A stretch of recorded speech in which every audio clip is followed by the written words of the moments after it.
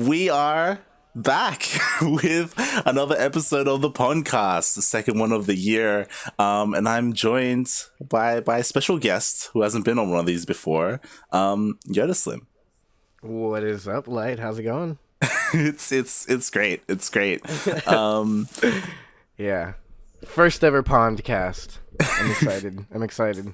The reason why I wanted to do this one specifically was, we did one for the ANZ region, and it was pretty well received. And I remember I was talking to Darking. Darking was like, "Hey, when's the Latin American one?"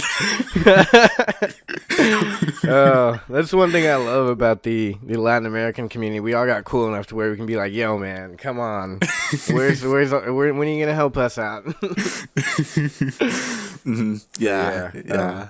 I think it was only a matter of time, honestly. Yeah, definitely. Especially because, even going into DreamHack, I don't know if you saw, but I released an article, like a power rankings. The article was actually pretty cool, and I think that was also really well received by everybody. Like, a lot of people really talked about it and enjoyed it. Mm-hmm. And I don't know if there's like a viewer count on it or something, but I'm pretty sure that thing got around and a lot of people read it.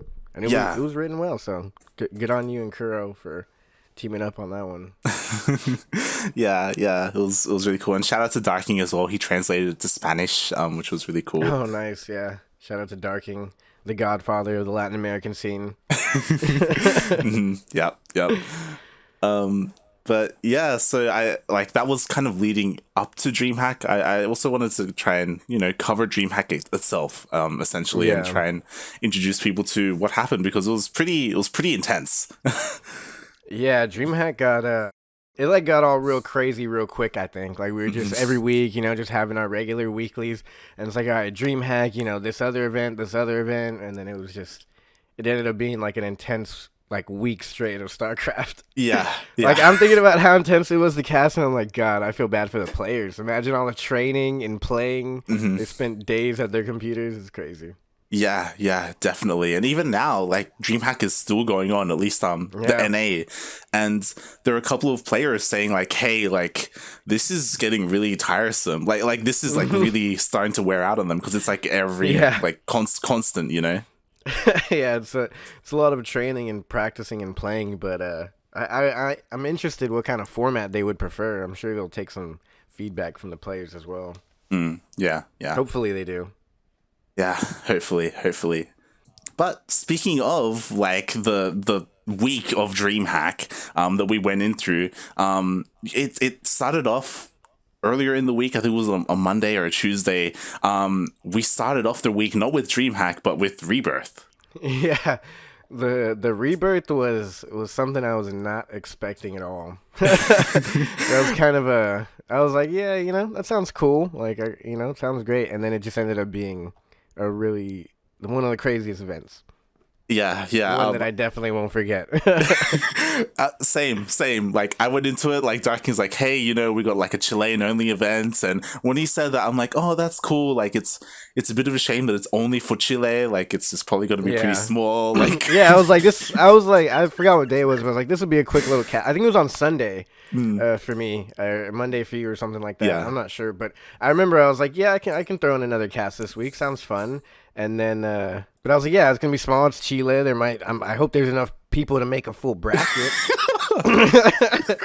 That was my initial thought. And then it ended up being crazy.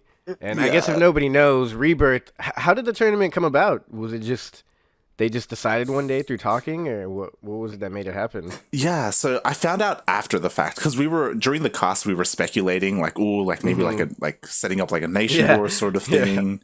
But yeah, they explained that Rebirth is something that they started because going into this, they wanted to make tournaments for specific countries, to try and foster the scene locally for Chile, for Peru, for Brazil, for Colombia, all these countries.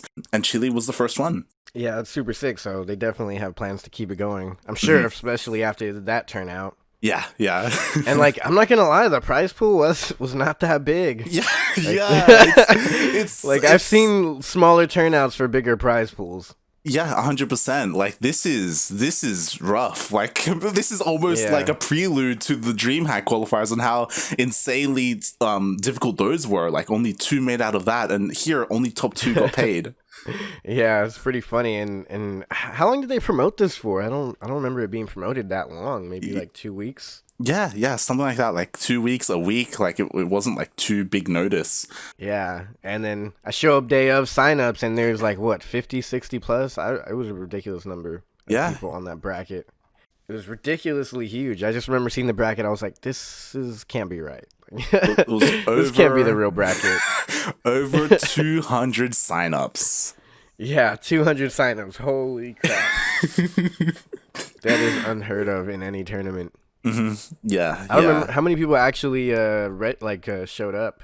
I have the number here, 157.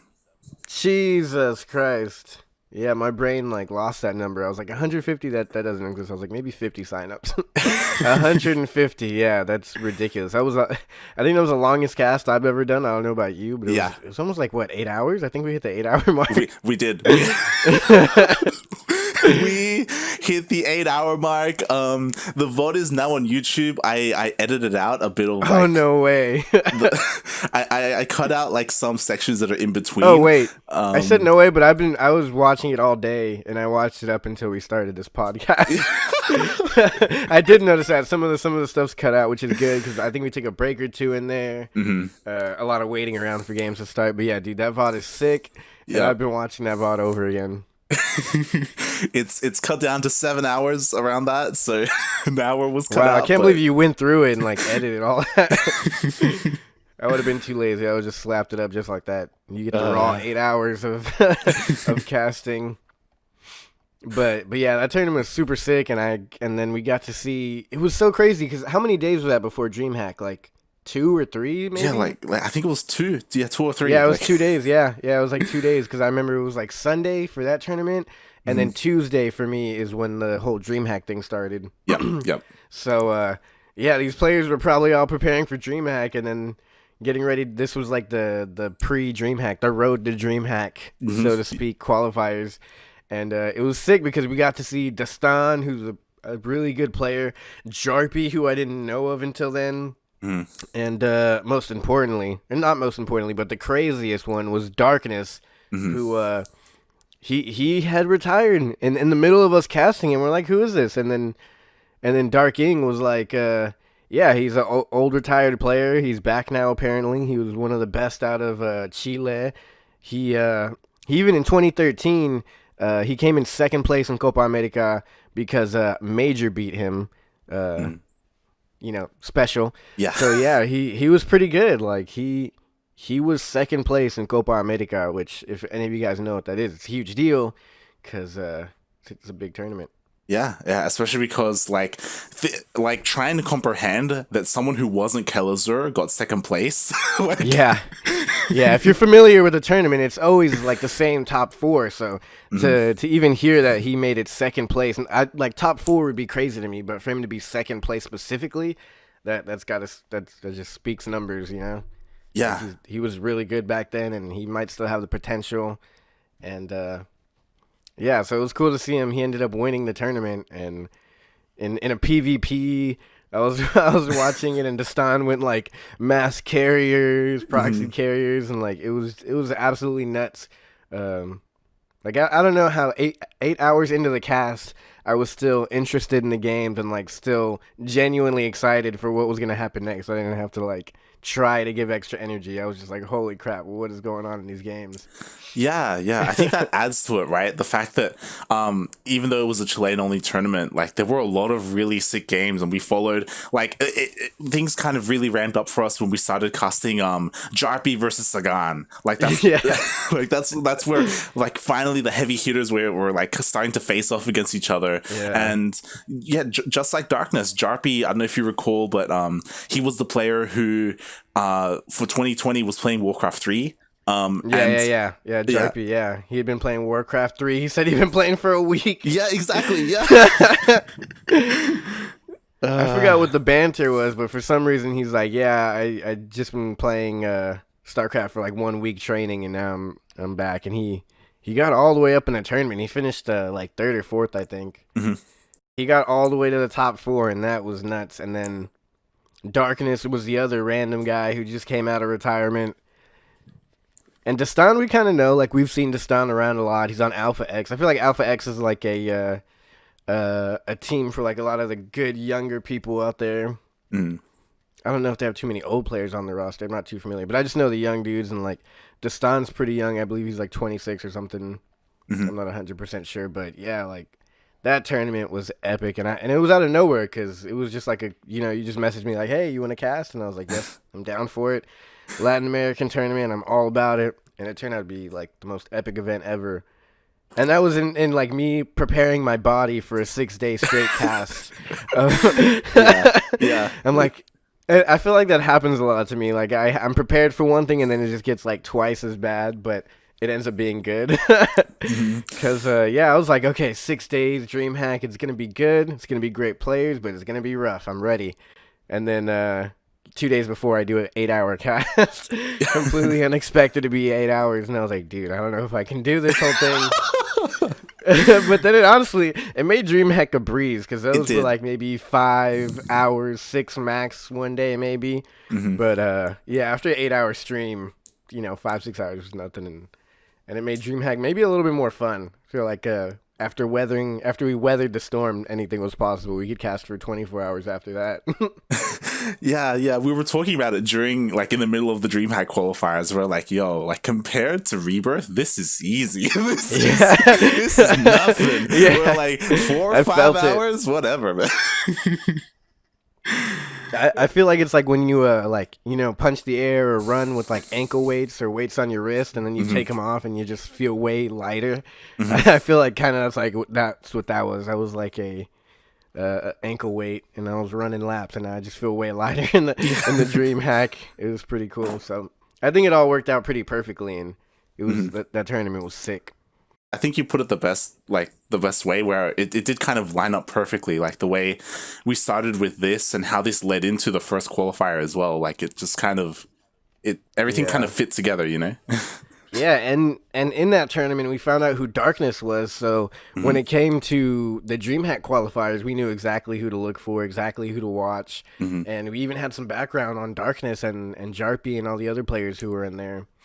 And, it made DreamHack a lot more better, I feel like. For at least me and my casting, I had a little bit more to talk about and stuff like that. But it was crazy because then, if we're moving into the DreamHack discussion here, Darkness in day 1 somehow came out and qualified with Cham, I believe it was.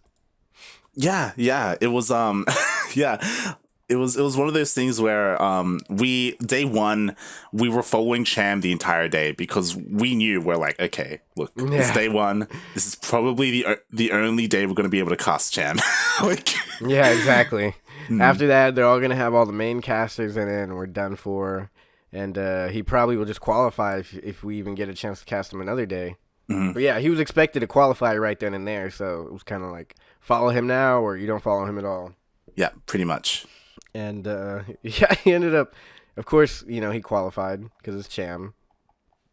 He's honestly just like one of the best, most consistent players out of the country.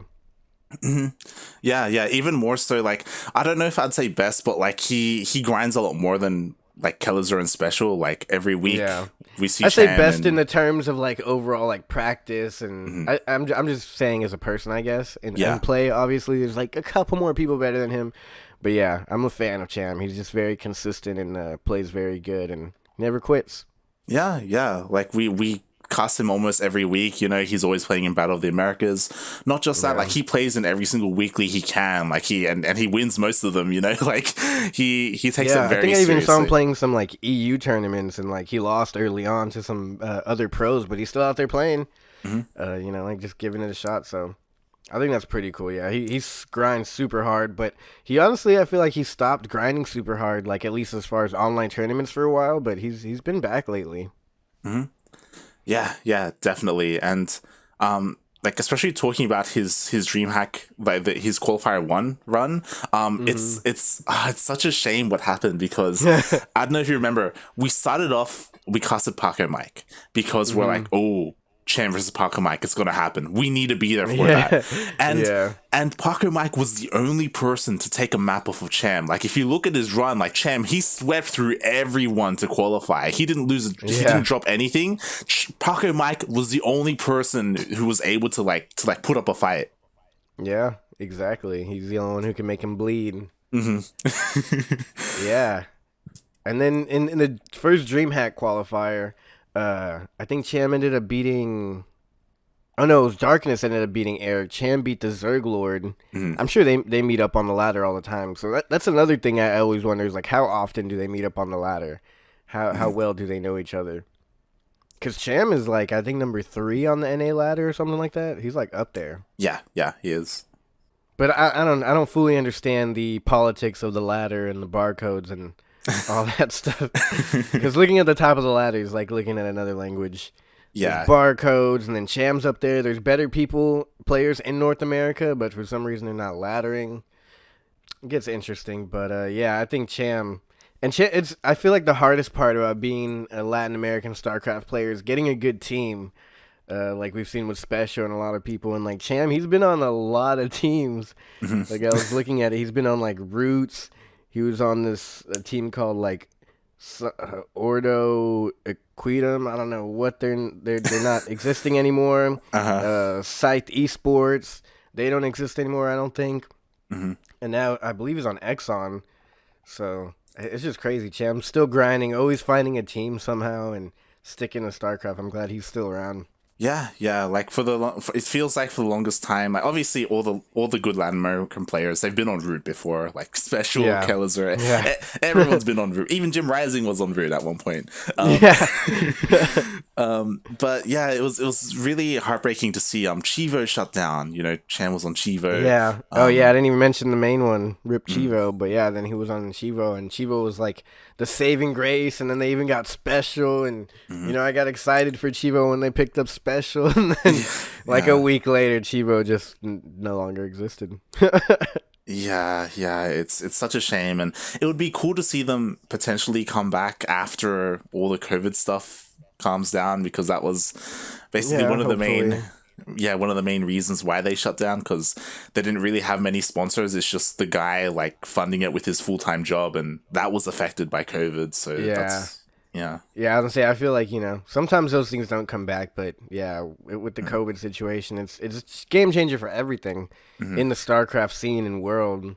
Just like I guess every other place, like restaurants are changing, everything's changing. So is the StarCraft scene. Luckily, it's an online video game, so it wasn't hard to transition to online video games. Yeah.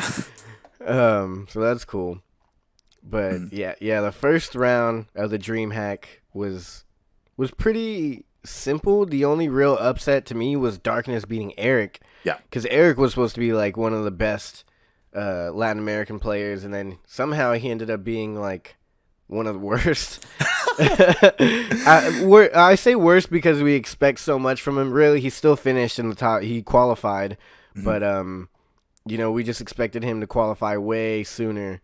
And him qualifying not till the final, like the third qualifier, kind of like raised questions of how good he was anymore. Maybe he didn't practice or something. Yeah, like it's hard to say whether it was Eric, because consistently he's been 4th place in Latin America. Like for whatever reason, Latin America top 4 has been like solidified as like Special, Kellizer, Cham, Eric. For the longest time it was like, hey, there's no arguments to be made. This is the top 4, you know? They're like, if there's any arguments, then we'll go to Battle of the Americas or Copa America or something, and you know, we'll figure it out. Yeah, exactly. Like it was pretty clear cut. And I don't know if this is Eric not being as in form, or everyone else just starting to catch up. And that's what made the Latin American qualifier specifically so much more fun than some of the others. I say some of the others, specifically North America. North America was it was chill. North America was okay, but Latin America it was just so much better. I don't know if it's the backstory or the players or the way they play, or I don't know what it is, but it felt great to cast that stuff. it felt more competitive, right? Yeah. Like at any moment, like Ryu could take out Eggs, or Eggs could take out Pocket Mike, or Pocket Mike could take out like Dark Unnamed. Like there are all these players who just keep going back and forth, and because only 2 people qualify, it's like, oh my god, like who's gonna make it out? Like we don't. Yeah, and then it's also the stakes were higher because they only had 2 entry spots per qualifier, as to where North America had 4, and the rest had like 16, 20 spots per qualifier. And Latin America just had 2. And yeah, Eric was an interesting one because we expected a lot. I don't know what the situation was, but he went down to Darkness the first qualifier. Second qualifier, he went down in the first round to Destan. So I don't know how he ended up winning by beating out Turkey Dano, the Zerg Lord. So I feel like, honestly, in my opinion, I love Eric as a player. He's a great player. I think he can do better. But I feel like he just got lucky with the easy bracket in the last final. You could definitely argue that, and especially because like still in qualifier 1 there were a lot of upsets here. Like obviously Chan making it through is pretty straight up, but this was, we didn't get to cast it, but this was our first introduction when we saw the bracket and we saw Turkey Dano 2-1 Ryu and knocked him out, and we were like, who the hell is Turkey Dano? Like, he took out Ryu. What's happening? Yeah, I looked him up real quick, and it was just easy to find that he was like a cheeser from Brazil, and he played in Nation Wars, I believe, and I'm a fan. You know, I love seeing that stuff. Like, it's entertaining to watch, but when he takes out Ryu, that's when it's not fun anymore. Yeah, like he was one of the ones that at least I was looking at as like, yo, he's got a good chance at making it through. Like he's yeah. And I think we ended up casting Ryu. Was it the first day or the last day? I think it was the last day. Yeah, last day. Yeah, and we followed Ryu all the way through to the finals, and I don't know how he lost to Nano, man. I wanted Ryu to qualify so bad, but he ended up losing right at the end. So that was interesting. There's a lot of interesting upsets and happy endings. Like Eric actually qualifying, though, that was like the happy ending that balance is restored. Not all of Latin America is in shambles, but also if Eric didn't make it, then that means that maybe these other players are just getting that much better. Yeah, exactly, and that's how I'm thinking of it, at least, because he. Eric, going into 2020, I don't know if you're aware of this, but he spent like almost a year in Korea in 2019. Like he was in the foreigner team house with like Novigrad and Special. Like Eric was taking it seriously. Yeah, he's really trying to go for it there. Yeah. So then coming into this year, I'm like, oh, okay, how's he gonna do? And we only saw him occasionally in online tournaments. Like occasionally he played in Battle of the Americas or in Sentimental Latino, but he wasn't too active. So going into the DreamHack qualifiers, that's why like I didn't add him. I actually didn't add him to my power ranking list, because I was like, well, he hasn't really been playing much recently. Like, I don't know what to expect from him. Yeah, we really didn't. But then somehow like. Darkness had beat him in the qualifier, the first qualifier for DreamHack, and then somehow Eric 2-0'd him in the actual matches because they were both in Group A, and he ended up beating him 2-0 when they ended up meeting in the bracket.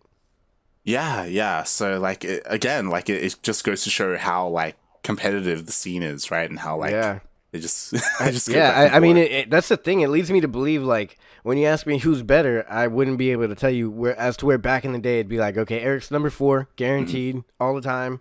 But now we see him dropping games to certain people. Darkness is in the whole mix up now, and he's playing really good. So I'm excited to see what Darkness can do, because he seems like he might be one of the top Latin American players now. And he literally just came out of retirement. I haven't asked him or anything.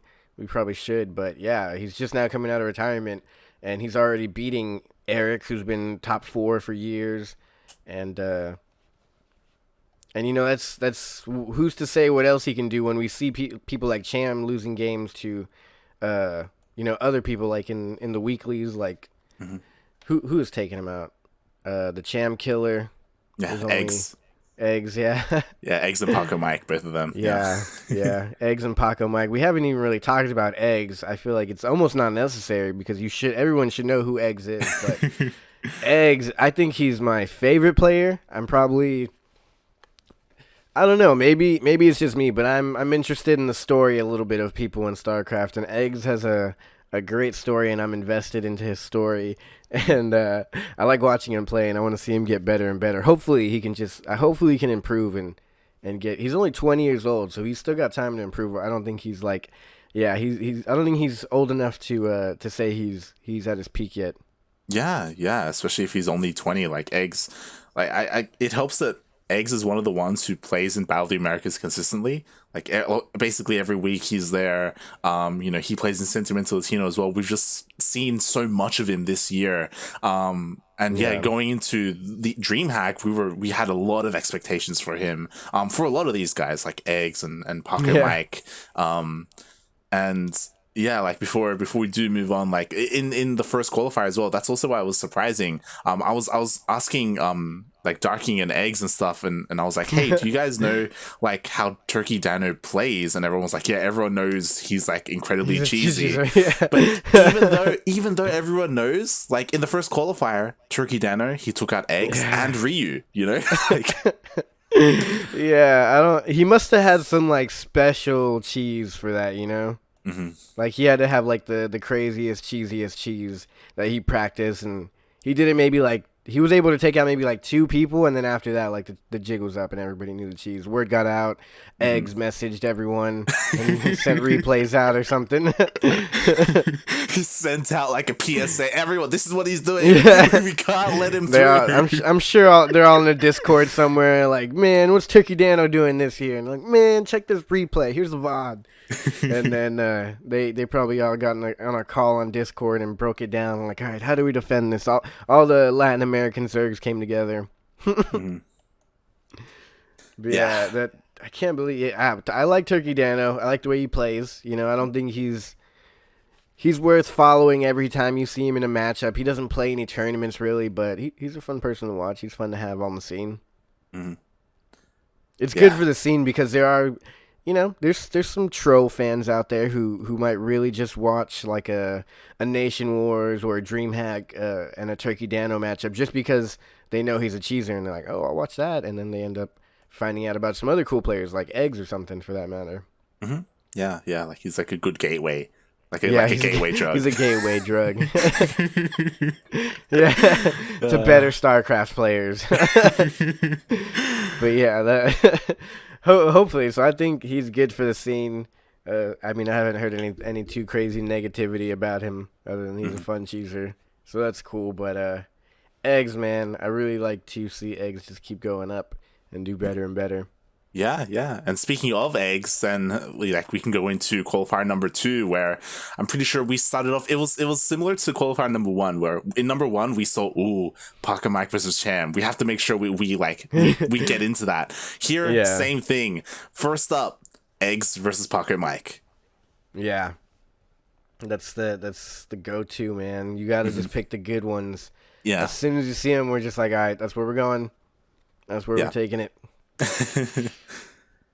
Yeah, and this is kind of the tale where in qualifier number 2 we started off with Paco Mike versus Halfbreed because we're like, okay, if one of this goes up against Eggs, we got to follow this. And then we followed the winner from there, and it's a little bit of a curse where Paco Mike, he's so good, but he just gets the worst seeding possible. Yeah, that happens a lot, and I don't know. That the second day was the most interesting. I wish we could have followed Jim a little bit because, like, I'm not gonna lie, I didn't expect Jim to qualify.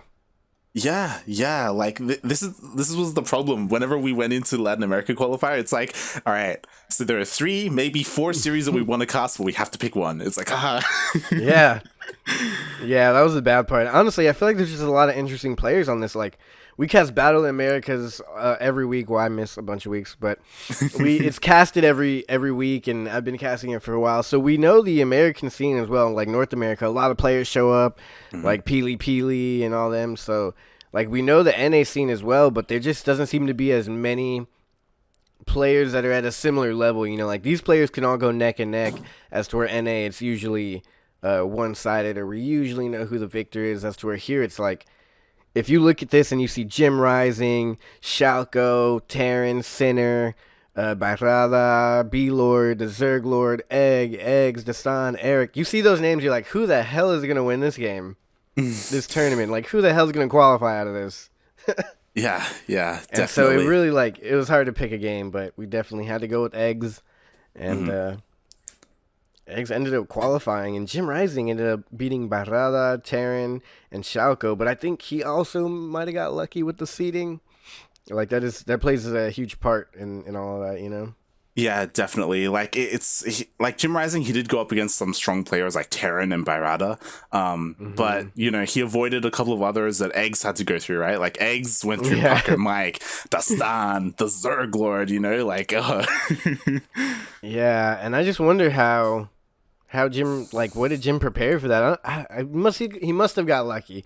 I don't think I mean, you say he must have gotten lucky, but like there's a reason why I added Jim to my power rankings going into this, and it's a lot of it is because, unfortunately, I'm gonna have to bring it up again.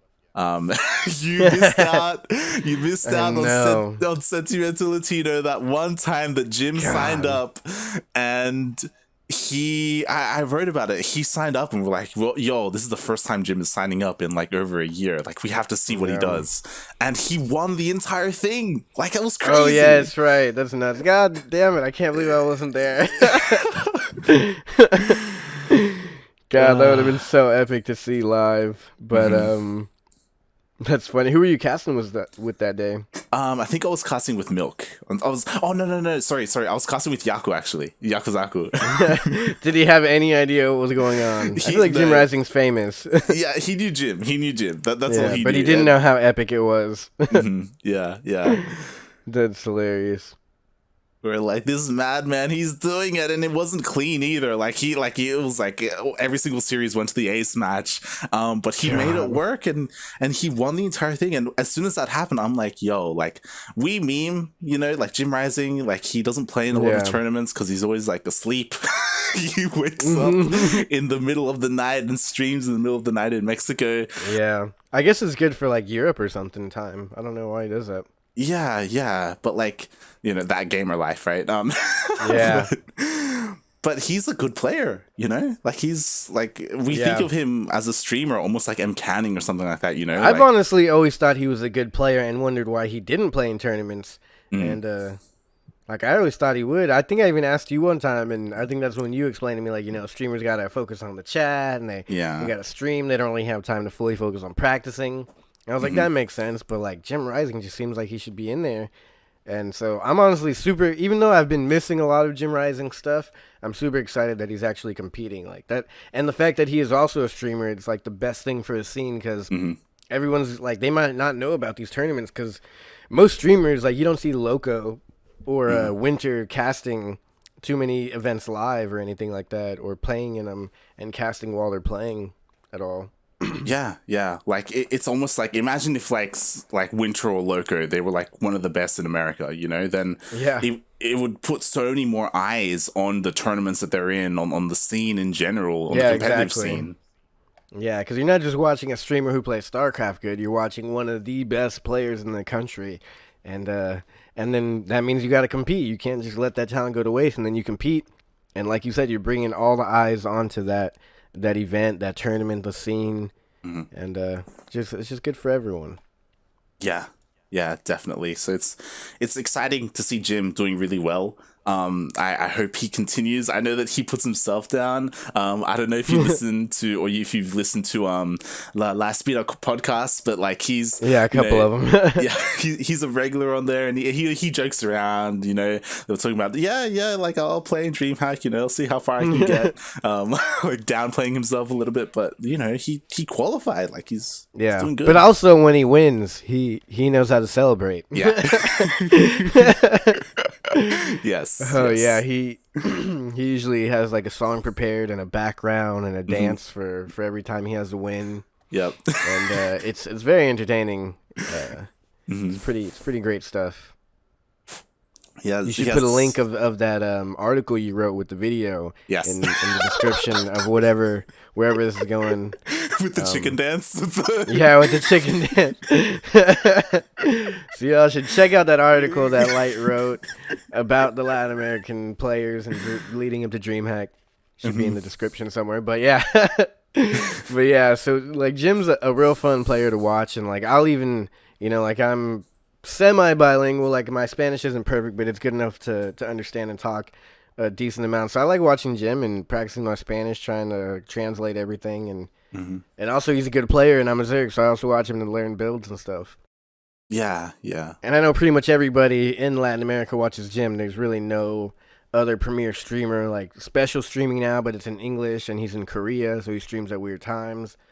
So yeah, like he's probably, I would say, definitely the biggest Spanish streamer for StarCraft. Yeah, 100%. So it's really cool to see him make it through, to see him qualify.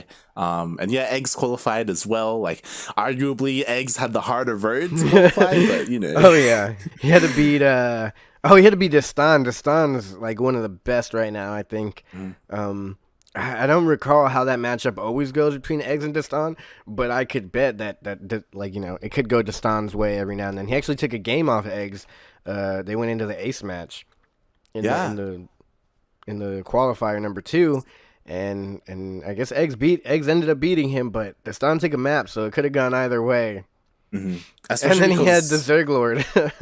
Yeah, like they've gone at it a bunch of times, and especially like there was a lot of hype around Destan because you mentioned it before how Eric didn't make it through qualifier number 1. Qualifier number 2, Destan knocked him out.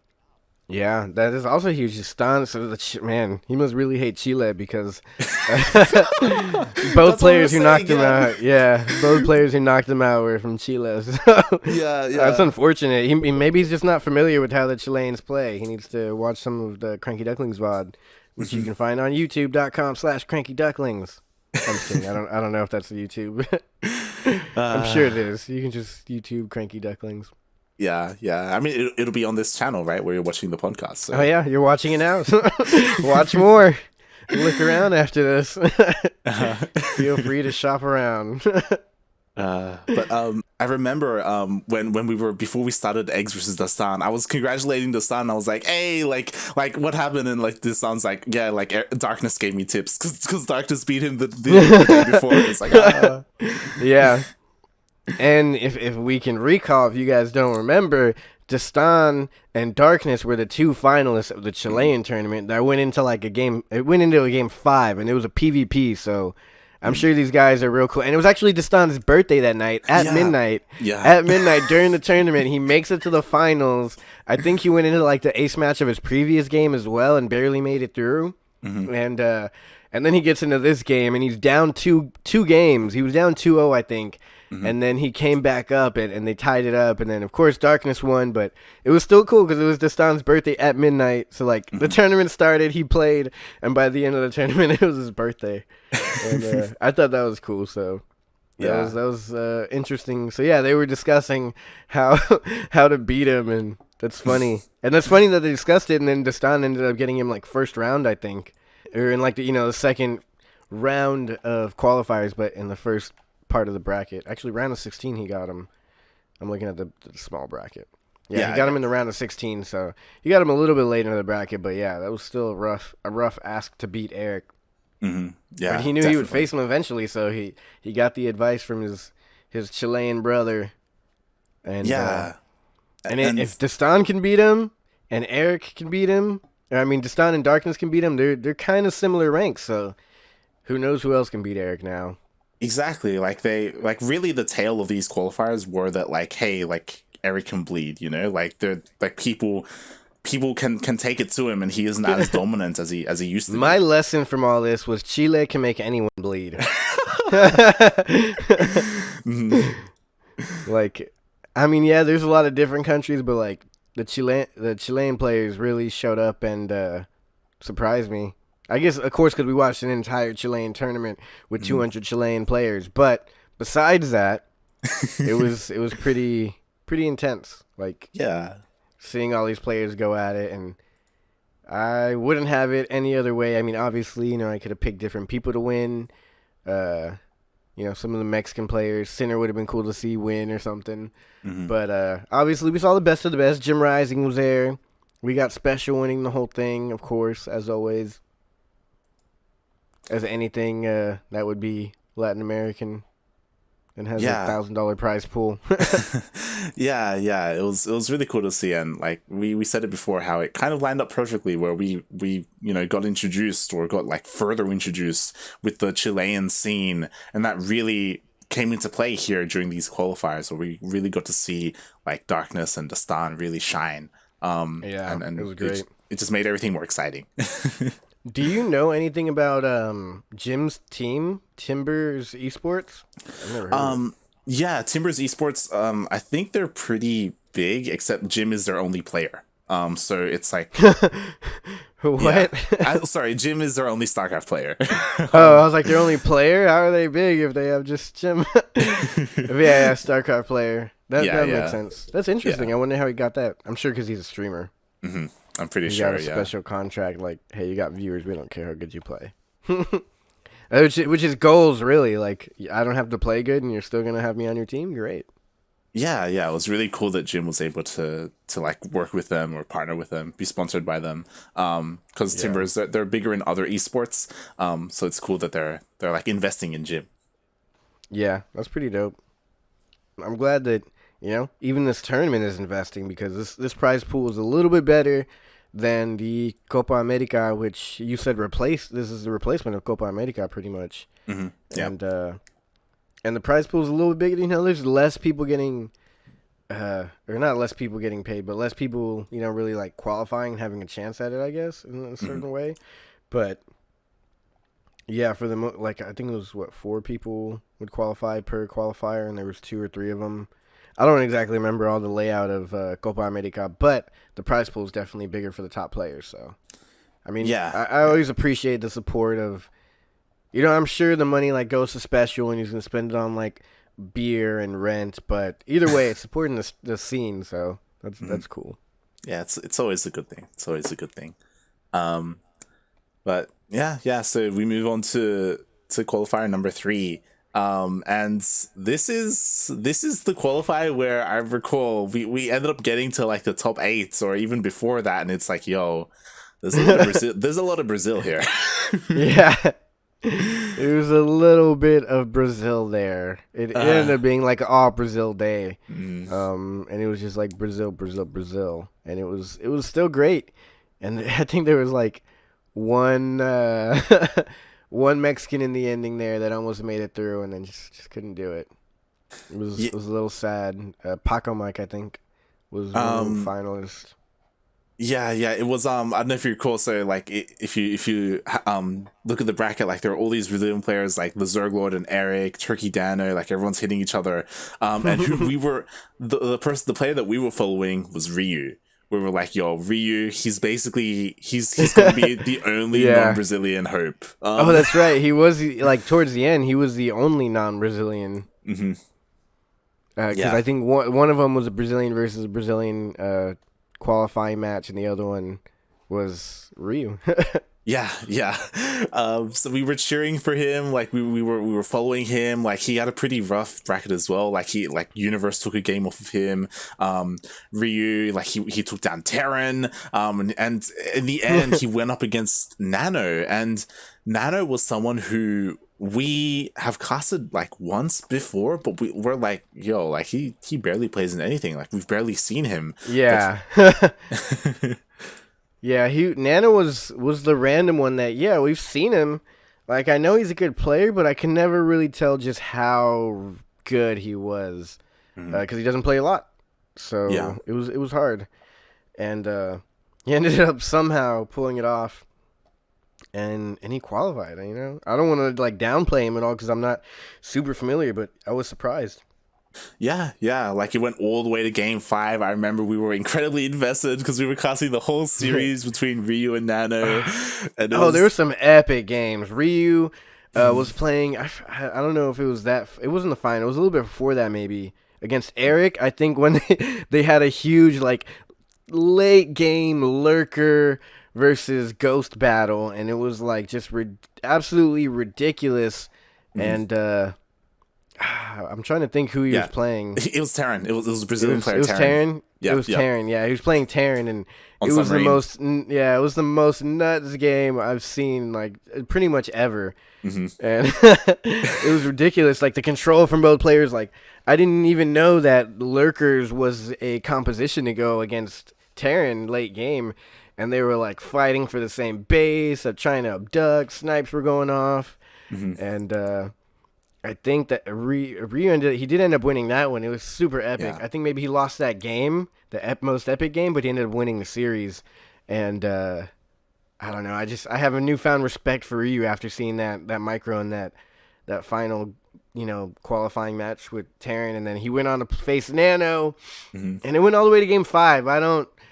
That was a heartbreaking loss for me. Like, I try not to get invested because I'm just casting, I shouldn't pick a side. But, man, I really wanted Ryu to win. I don't know why, but yeah. He's just a sick player.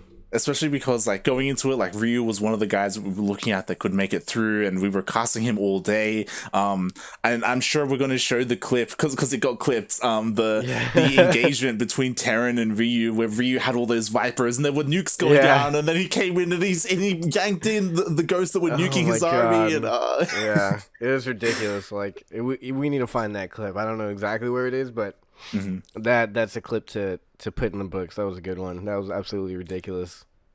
It was an epic game. Like, I cast I'm not like a crazy caster or anything, but I feel like I cast a bunch of games. I've been casting for a while now, and it's hard to remember a game for a couple weeks, and I still remember exactly how that game was like playing out, like moment by moment, because it was just so crazy how they were microing, and you don't see many games like that. Like that one, and like another game I'll probably remember, which is completely random, is the Knee versus Gung Fu Panda game that went a complete hour. I think it was Eternal Empire, or what's the map called? Yep, it was Eternal Empire. Eternal Empire, yeah, it was Eternal Empire.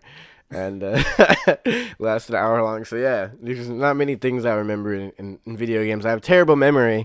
I don't remember names or a lot about the players, but I still remember that game. And it was absolutely epic. So the third had a little bit more on the line because it was the final qualifier. Only 2 people were there, and you had like Roro, the Zerglord, Eric, B-Lord, Neo, Maria, Turkey Dano, Ryu, Universe, Terran, Halfbreed, and Dark Unnamed. Like all those names are heavy hitters in the Latin American scene. So to just look at that bracket and be like, okay, 2 of these people are gonna make it out. Like I kind of wanted Eric to, but really there wasn't a lot of hope for Eric, seeing how he had already lost in the first 2 qualifiers. So it was really anybody's game that day. Yeah. And speaking a little bit about Eric, like he made it through the top half of the bracket, and honestly, it was a little bit surprising to see Turkey Dano also made it there, and their series went all the way to game 5.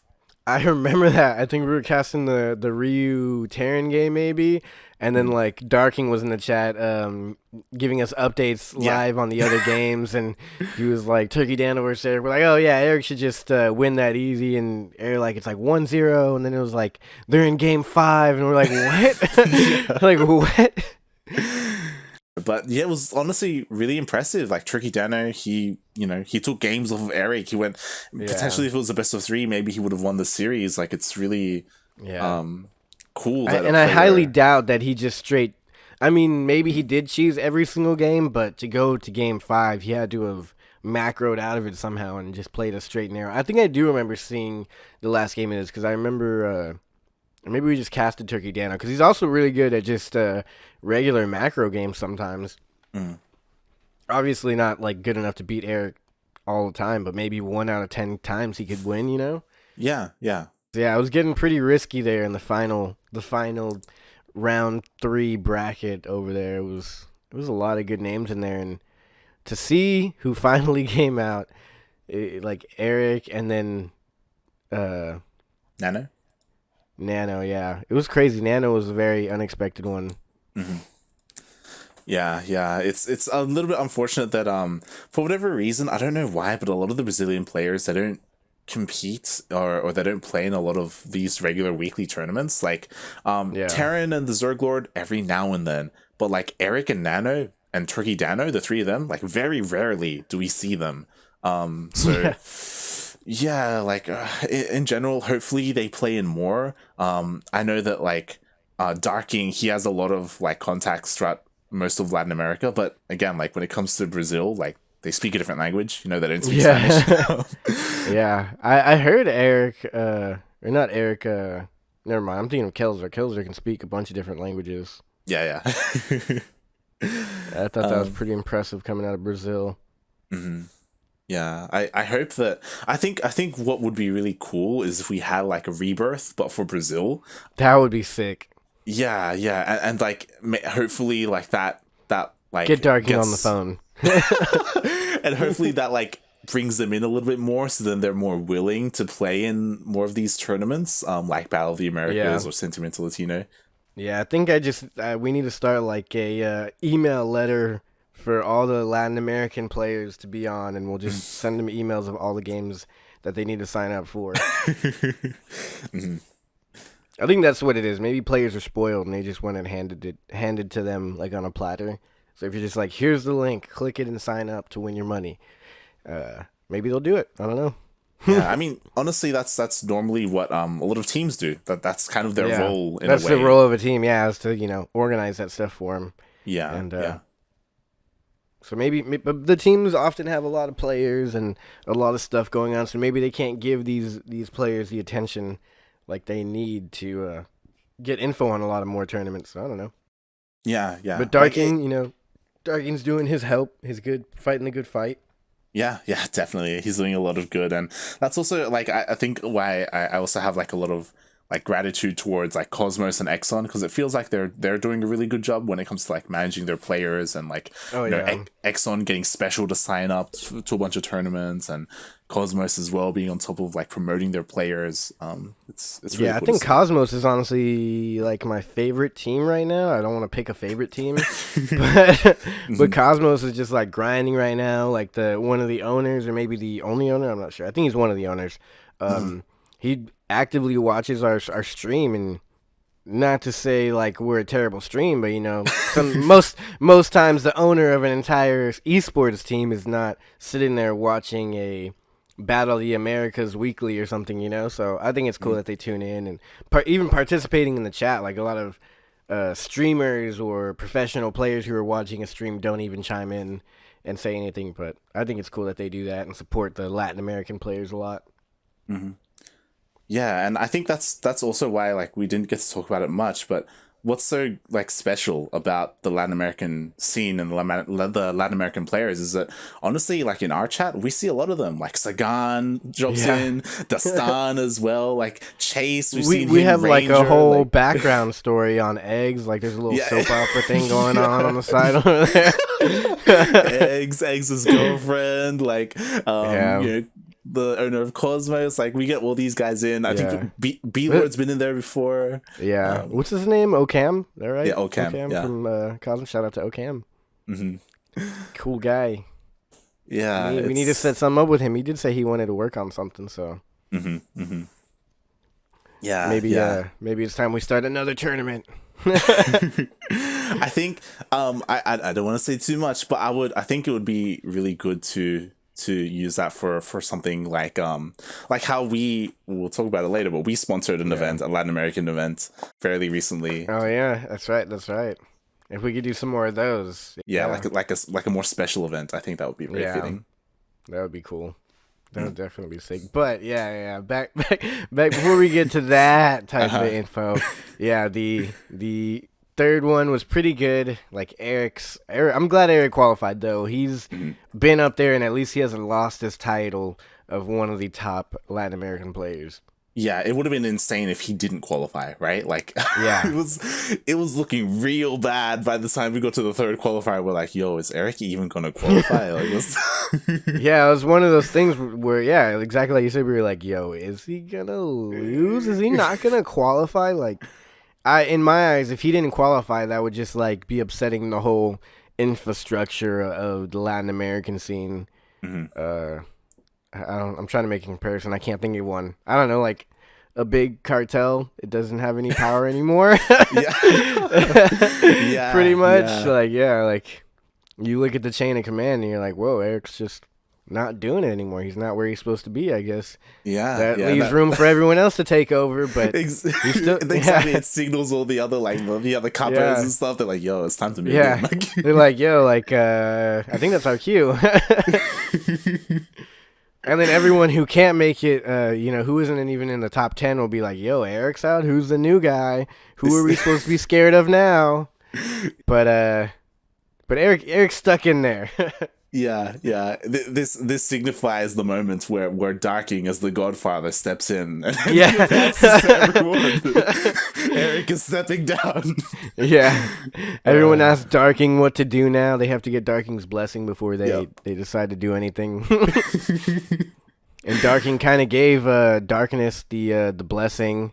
Mm-hmm. It kind of gave us the background info and grandfathered in Darkness. He's like, he's an old school player. He's back. He's going to beat everyone.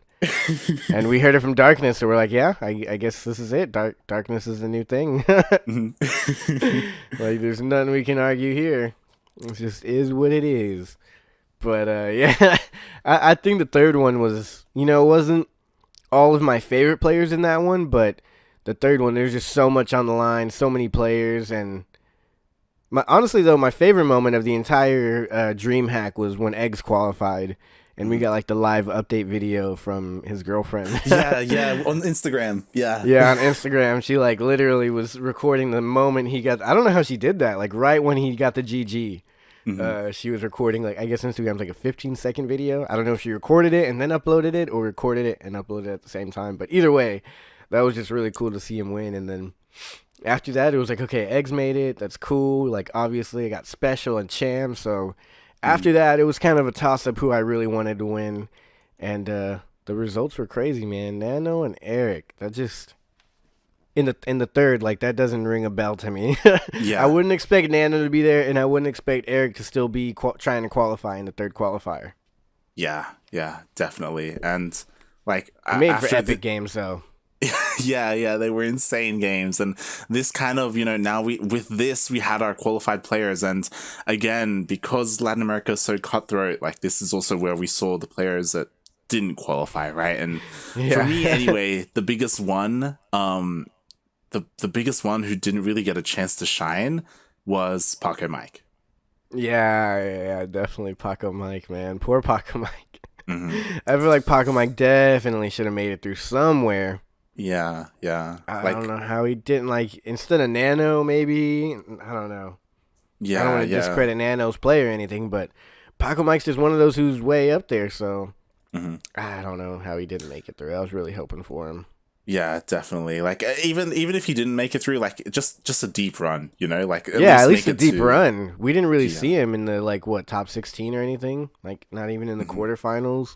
Yeah, and I mentioned it before. A lot of that is just came down to seeding. Like, yeah, he had it rough. Qualifier 1, he runs into Cham straight away. Like, yeah, that's right. I do remember that. Yeah, I think should we follow him?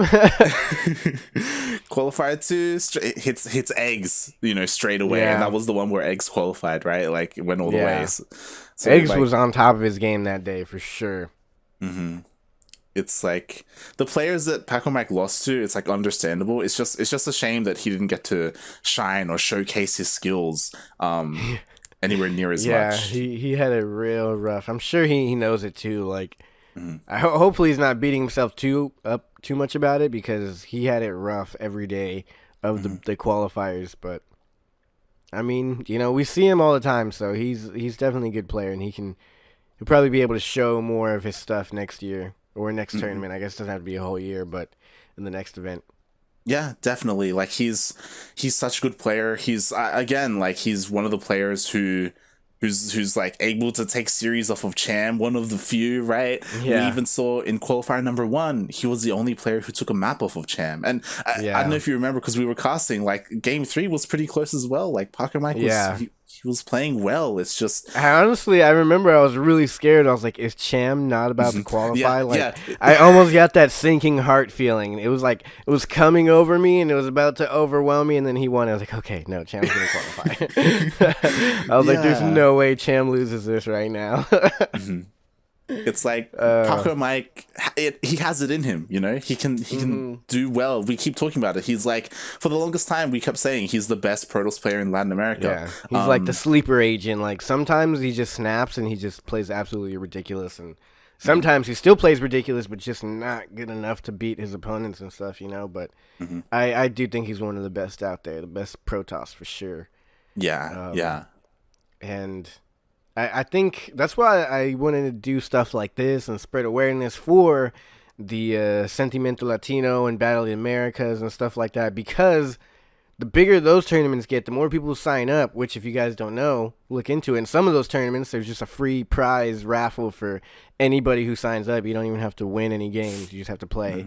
So that's something to look forward to if y'all want to sign up. But the more people that sign up, like, you'll see how deeper the runs are of these players. You'll be like, oh, okay, he's obviously good. He's not ever losing in the first round. He's going 3-4 rounds deep before losing to someone big like Eggs or Darking or Peely Peely or something like that, you know? But, yeah, I think as these tournaments grow and as we cover more of this stuff, we'll just see. It'll really show how good these players are with more competition. Definitely. Like, if you're someone who isn't familiar with the Latin American scene and you only watch like the DreamHack qualifiers, or maybe even just looked at the bracket, then you would have you would think nothing of Paco Mike, right? You'd be like, you'd be like, everybody whooped him in the round one. Who is he? You would think but in reality, he's like the top contender out here. In the region. he just got all the people who can beat him early on. Like it's not really fair to him, right? Like he's deserving of a lot more. So that's why, like, I kind of hope for people to watch this and, you know, people to take note of him. And as you said, maybe like watch some of these other weekly tournaments where we normally see him do so much better and make such deep runs. And not just Paco Mike. Like, I think the other big ones are like the Zerg Lord. The Zerg Lord, he always does really well. And here every single time he ran into Eggs, he ran into Eric. Like, if we replace the Zerg Lord's like placement in the bracket with Jim in qualifier number 2, like the Zerg Lord could have qualified, right? Like he could have made a deep run as well. Like it's like it's not that hard to imagine in a different world, much similar to this one. The brackets would have turned out way different. Just the simple things like seeding and I don't know what else plays into it. Maybe off day, maybe bad matchups. Who knows what it is exactly? But like it got down to the wire. It was crazy. And, a lot of some people got the tough brackets, some people got the easy brackets, and that's why I think we had like the qualifiers that we had. I don't know if Eric should have made it through. It's hard, right? Like when you look at Eric's run and when you look at people like Dastan taking him out earlier and Dastan not having the opportunity here, like to do it again or something, and you see Eric go through, it's like, like if the seeding was maybe a little bit different, like move a couple players around, like, it's rough, but it's super rough. But nonetheless, I mean, the bracket turned out pretty good. A lot of good players did make it through, and it ended up making for a. I mean, honestly, I'm not going to lie. I think the main event wasn't as exciting as the qualifiers at all. There was, for us anyway, there was a lot of excitement around the qualifiers to see all these guys. And then, like, afterwards, like, to see so many of them fall, it's like, it's like, come on, who am I going to... I mean, I did watch some, most of it, a lot of it, but I was just like, for the most part, like, come on, am I going to see... I'm going to go watch Special beat Cham 20 times and get my heart broken when Eggs has to play Special or something like that. Because Eggs and Killazur were the two that were invited. So they instantly qualified or got the automatic qualification. So we already knew everybody had to play against them. And so It was fun, but the qualifiers were way more fun, in my opinion. Even if I wasn't casting, like I would have been watching them on the edge of my seat as well. Yeah, yeah. It's a bit of a, I don't know if I want to say a shame, but like because killers are in special, there is a skill gap between them and everyone else. Like it Yeah. did mean that during the group stage and even the playoffs, like whenever you watch them, it was a lot more one sided, and that meant that Yeah. like the games themselves weren't anywhere near as exciting. Right, Yeah. like for the qualifiers, everyone was around the same skill level except for maybe Cham. But even then, like Parker might Yeah. put a Yeah, fight he against lost one Cham. map. Yeah, If it yeah. was like we've seen him lose before to other players, like in Battle Americas and stuff, and all that those tournaments. So he can lose, he can bleed. So it was possible for him to lose here, but he ended up pulling it off. So that was cool. It was a possibility that he could lose, but we kind of knew he was gonna make it. But yeah, other than that, there was no one that we were like for sure has to make it. Yeah. Besides Eric, which he kind of made it, but after seeing him play, he kind of shouldn't have made it. But yeah, like Paco Mike, that's the only other one I can think of. Like when I think of the top 5 list, it'd be like the Cham, Kelazor, Special, Eric, and then Paco Mike. Not in that order, but those are the top names I think of in Latin American for players wise. Yeah, yeah. So like it's, like again, like so that's also why it meant that it made the qualifiers so much more like entertaining because it was so almost a little bit up in the air. And then for the groups, like it was also really cool. Like some of the matches were really exciting as well. But like when it came to Special and Kelazor, they did kind of just roll over everyone. Like it's to be expected. But yeah. Skills are in Special. My favorite part was, I don't know why, when Special destroyed Kelazor. I think he beat him like 2-0 or something like that. Oh, he beat him 4-0 in the finals, I think. Special and Kelazor, yeah, it was the best of 7. Yeah, so. Oh, best of 7. Yeah. God. 4-0 for the finals? Yeah. That doesn't sound very entertaining. Oof, it's rough. It's definitely rough. I did watch Kelazar Cham. I watched every tournament Cham played, and those were freaking good. Those were good.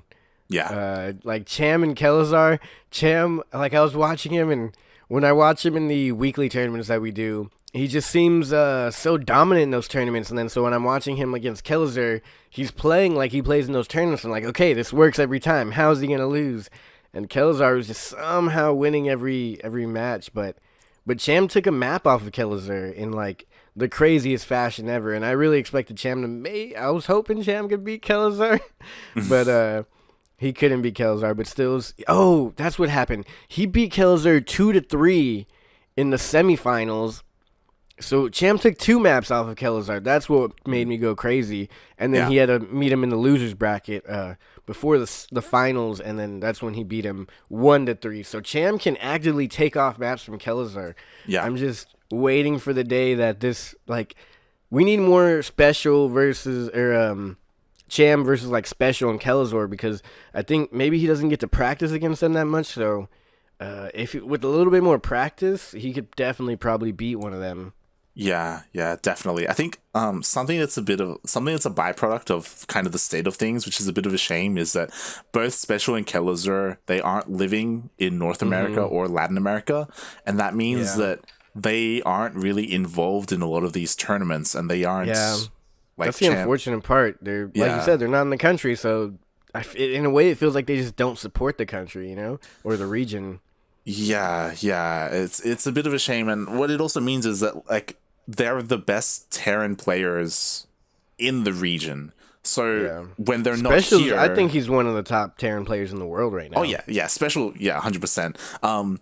But like because they're not there, then people can't practice against them, right? And we were talking about Cham. Cham, he's so dominant in Battle of the Americas, and that incorporates all of North America.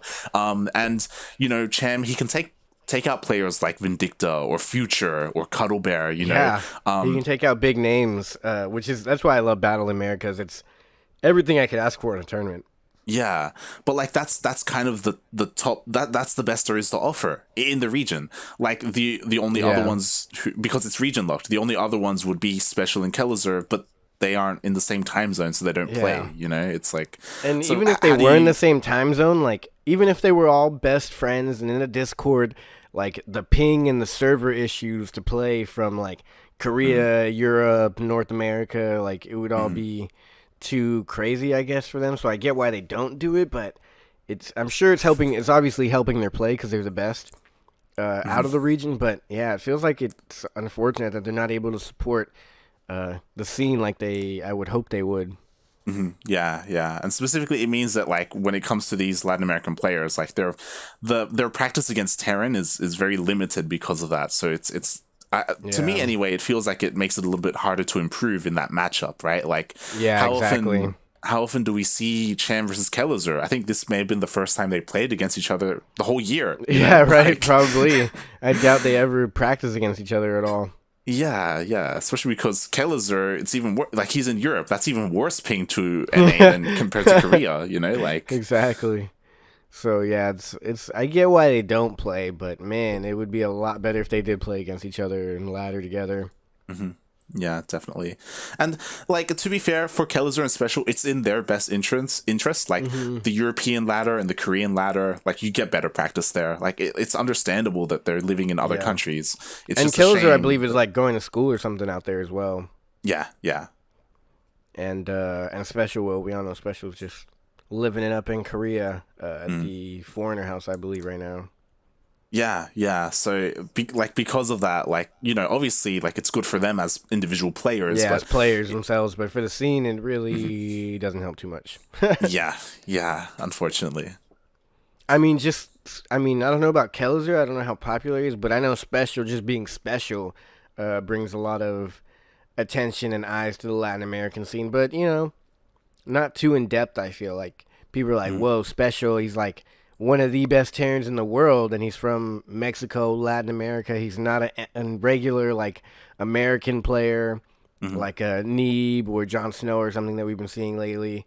Or, he's like his own kind of thing. Like, who else is out there like a world-class player from North America or anywhere in Latin America? Yeah. I think the only other person comparable is probably Scarlet. For Canada. Yeah, Scarlet. Yeah, from Canada. Yeah, Scarlet's the only other one. And that's because like they're both in Korea. They're living together essentially. I wonder who's better. I haven't really looked into that. Yeah. I mean, they're both doing well in GSL. Well, I mean, I guess Special's doing a little bit better, right? Special, he made it to the next round, and Scarlet, yeah. Spoiler alert! Even though GSL ended a long time ago. Yeah. I'm not enjoy listening to this. Yeah. Well, season 2 is going on right now, and both Scarlet and Special, they both made it. I think. Yeah. I haven't been keeping up. I've been seeing it, but I haven't been able to. I watched a couple games from Scarlet, but I haven't kept up with scores. But by the time this is up, this season should be almost over? Question mark. Yeah. I mean, fun fact. GSL is tonight as well. Oh yeah, huh? It is on Tuesdays and Fridays or Saturdays. Yeah. So GSL will be later today. Well, for us, since we're recording this before it goes live. But but for you guys, I don't know how far into GSL season might be over. Yeah. But yeah, it's a bit of a shame. But regardless, though, like since we're talking about the main event anyway, it was really cool to see Jim again do really well in the groups. Yeah, Jim was playing good. I'm glad Cham beat him though, 3-0 in the losers round of the finals in the playoffs. I mean, and it just goes to show that Cham is freaking ridiculous. And while Jim Rising beat just pretty much everybody that he possibly could to qualify, he still wasn't good enough to beat Cham. Yeah, but like something that he did do in the groups, and which is why he made it to the playoffs, is that he took out Eric. And that is crazy. Yeah, and normally the top 4, we mentioned it before, Special, Kellizer, Cham, and Eric. This time, 2020, we're replacing Eric with Jim. Yeah, so I guess that means that Cham can beat Eric any day of the week. I don't know. I don't want to make that claim, but I mean, Cham 3-0 Jim Rising 2-0 Eric. Obviously, ZVZ can get a little dicey. Yeah. So maybe it could go either way in another matchup. But yeah, that's crazy that Jim Rising 2-0 Eric in Group A. They were both in Group A. Yeah. Again, like we were talking about how Jim, like he he's mainly focusing on streaming, but it's really cool to see him legitimately do well in DreamHack. Like, he qualified, he made it to the group stage, he made it to the playoffs, which is huge, especially when it comes to prize money. And yeah, like, he's just, in general, he's doing really well for himself. And I mean, let's talk about the prize money for a second. First place got $5,000. I'm pretty sure that's USD. Oh, it is USD. So we got $5,000. That's like a year's worth of rent in Korea. And Kelzer got $3,500. That's like 3 years worth of rent in Europe. I don't know how much. I actually don't know how much apartments are in different places. But here in Texas, I think an apartment is like $1,000 for a 1-bedroom. So $5,000 will get you to live a little while out somewhere, anywhere. So that's cool, like special. And Cham, like, even just getting third place in the bracket, he made $1,800. And Jim Rising, just for I feel like Jim Rising was just messing around and streaming, and he made $1,300. You're like, and Jim Rising, he just stumbled out here. He was drunk. He's drunk. He just came in all loud, stumbled in, knocking stuff over, and like, I'm gonna get 4th place in this thing. And he's like, hold my beer, and then he started, and he made 4th place and got $1,300 for it. And so that, I mean, even though all these players obviously didn't make money, all these players should be happy that they made it here and were able to be on the main ESL stream. And I think it had like 8,000 viewers at one point, 10,000 for others. But like, all these players played really good. And the only thing I don't really like is if we look at the scores in the group A and B, it's literally a 2-0 for every single matchup except Darkness and Jim Rising. They went 1-2, and Jim Rising ended up beating Darkness 2-1. So, I mean, that obviously it's a little uneventful. As we got to the semifinals and the winners finals and the grand finals, it got a little bit. Actually, even all those were pretty much 3-0s, other than Kelzer Cham matchup. So yeah, really, Kelzer and Cham was really the only probably interesting match to watch. Yeah, and this does come into like the format of DreamHack, and I mean, we may as well start talking about it now. How DreamHack in general, at least the first season, it did feel really rushed. Like, everything was just crammed into so little time. Like, the qualifiers were like all like back to back. The groups as well. The groups were actually only a couple of days after the qualifiers finished, so players didn't even really have a lot of time to prepare for the groups either. It was just like, weren't we still casting the qualifiers and they already started like the Australian main event? Yes. That is crazy. That was absolutely nuts. And then I noticed on their VODs on stream, they couldn't decide what to do. So, like, one day they had the Australian portion in one VOD. They would go offline or cut it out and then come back for the EU and NA and Latin American ones. And then they just had it all one big, long, like, 12-hour VOD. And I think they're trying to figure it out. I don't think they know what they're doing. Yeah, it was like a marathon, basically, of, like, one after the other. And it was very... in the end, to me anyway, just it felt very rushed, and I understand, right? Like, season 1, we're getting it halfway through the year, so they have to try and catch up. I feel like they had half a year to plan that one out. well, they had. The problem is that COVID messed up a bunch of stuff, right? Yeah. They originally wanted to do something else offline, and that didn't work out. Oh man, the first one was supposed to be in Dallas. I was ready to go. It was like, honestly, it was a weekend away, and then COVID broke out, and they started shutting everything down. So literally, like the weekend before the big tournament was going to be here in Dallas, where I live. Like Sarah was going to be here. I'm pretty sure everyone was going to be here, and it was going to be sick. And then COVID shut everything down. So I guess that's when they were like, all right, now what do we do? How do we organize a tournament? And then like 4 months down the line, they're still like, all right, let's just throw everything out there, very unorganized, and see what sticks. yeah. And like, I mean, they made it work. Like, in the end, like the event happened, but because of it, there was like very little room to like get excited or like get into things, and not even for viewers. I think more importantly for players. I think like the great thing about Copa America, which is what this replaced, is that Copa America it was a lot more like GSL, where they gave people time to prepare, you know, and that's what you want, right? Like for a big, time to practice. Yeah, for a big event like this, you want at least like a week to prepare for someone like Special or Kellizer or you Jim. Gotta study and practice, and it is not easy to just train to play against all these people back to back every other day. Yeah, and it leads to better games, right? And it also like it leaves for more room so like viewers can get more invested and follow this go along and stuff. And that's probably the biggest criticism for this tournament for DreamHack that everyone was having is that DreamHack it paid really well. It paid better than Copa America, right? Like more people paid out and stuff like that, but less people were showcased. That's like the that's what I was gonna say. Like, what is their big payoff? Like, how do they make the money for this? Why do they do this in the end?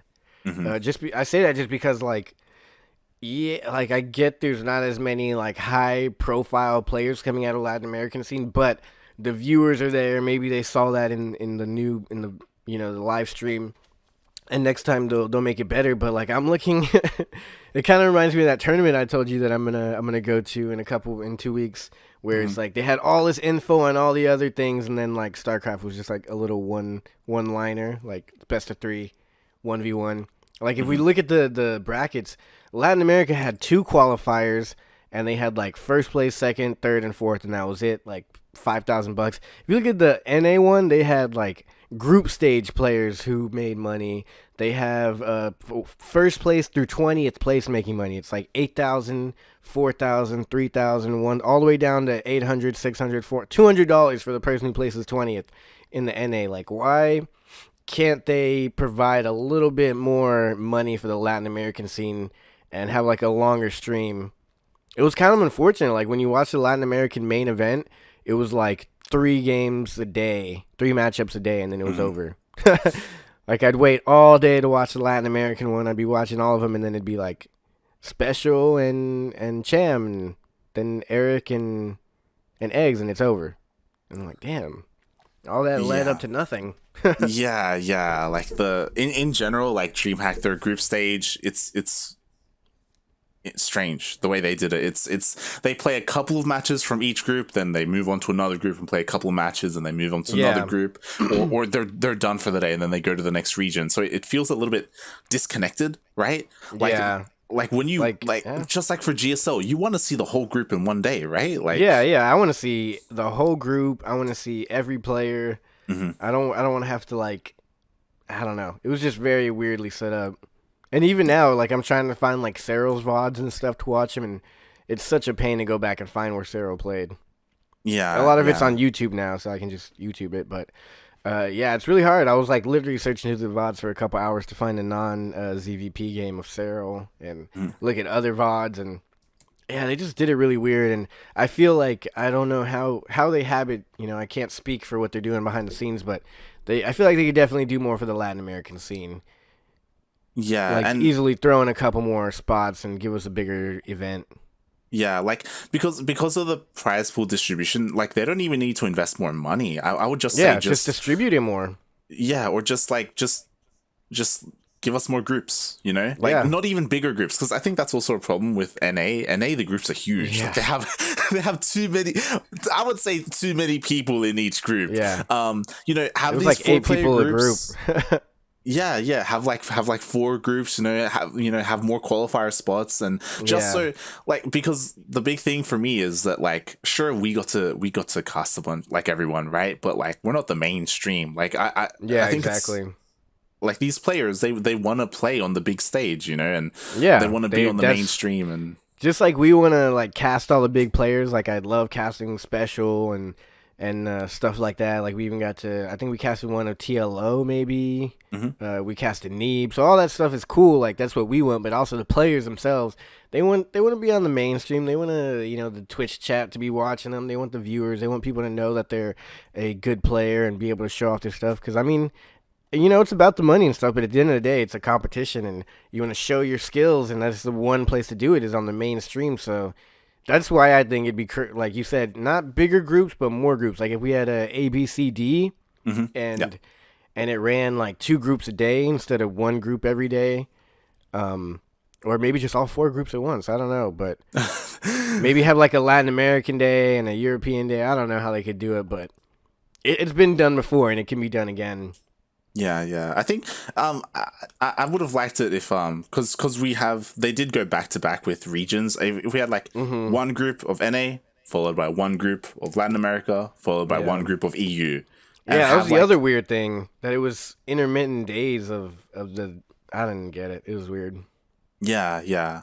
But like, the more I think about it, the more I like it, actually. If we had one broadcast day, because they had a very long broadcast day where they would switch out casters, have one long broadcast day, and what you would do is you would have one group from each region, so then the viewership stays and you're exposing more viewers to each different region, right? Like, if there are people here for NA, well, like, hey, they tune in a little bit earlier and they catch some Latin America, or after NA, like EU starts and they can just stay tuned for EU, and then they get exposed to like all these. They just got to start a little bit sooner, because they were doing that, but they're like, hey, we'll be back in 45 minutes with NA. And then it's like, okay, I just leave my Twitch open for 45 minutes with a 45-minute clock. Yeah. That's what happened a lot. Like, I didn't really know exactly what time it was, so I'd wake up, I'd get on, maybe EU was ending, or maybe like NA was going on or something, but I'd be waiting for the Latin American, and then they'd be like, hey, okay, Latin America's coming up in 45 minutes. I'm like, shit, well, I'll come back in 45 minutes. And then 4 hours passes, and I'm like, oh, damn, I forgot that the tournament started. and I missed it all. So it was very weird as a viewer, as a caster, as a StarCraft fan. It was all a little weird to me. But I really hope they take some consideration from the players and change it up a bit. I'm sure they're going to change it up. They have to. Yeah.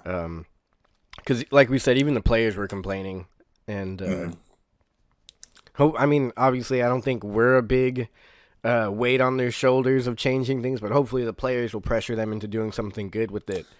And I don't know. I secretly hope out there somewhere they listen to this or listen to our stream, like somebody organizing stuff over there at ESL and DreamHack, and they're like, you know what, we should give more Latin Americans a try and give them some more brackets. Yeah, but, it was rough. It was even surprising because ANZ, we got more slots than Latin America through the qualifiers. And they're way smaller than Latin America. We are 100%. Like, that's very true. Like, there are a lot less players here in Southeast Asia and ANZ, but we got more spots. So it just that's what makes me question it. Like, who decided that? And not that I want less spots for the ANZ area, but just like, Latin America is so huge. Is it the lack, like, whatever it is, I wish they could tell us so we can work on it. If it's a lack of viewers, lack of sponsorship, is it lack of good players? Because, I mean, there is a lot of good players in Latin America, but there's not a whole, like, smorgasbord of special level players, like world champions or something like that. Like, I think Special has potential to be, or Kelazar, who can beat a lot of people. So, I mean, maybe that's the reason. But like you said, at least showcase the community, and maybe don't even give out more prize money. You could probably throw in like an extra $500 prize money to the lower players, but for the most part, just more players being showcased would be sick. Yeah, definitely. Especially because that's what we had before, right? That's the big thing that we're doing, is we're comparing it to Copa America, where this is what we had before.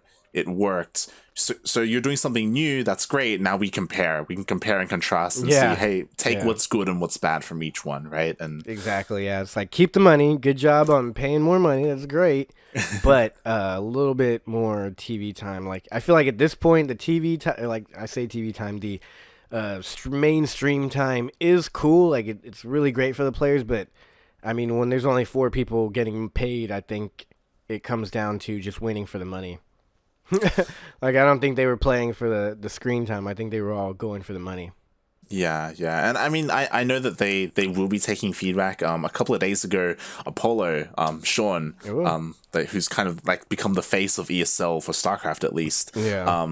He tweeted out saying that, hey, we're going to be releasing a feedback form when DreamHack is over for people to fill out and to give us feedback, so we can like improve.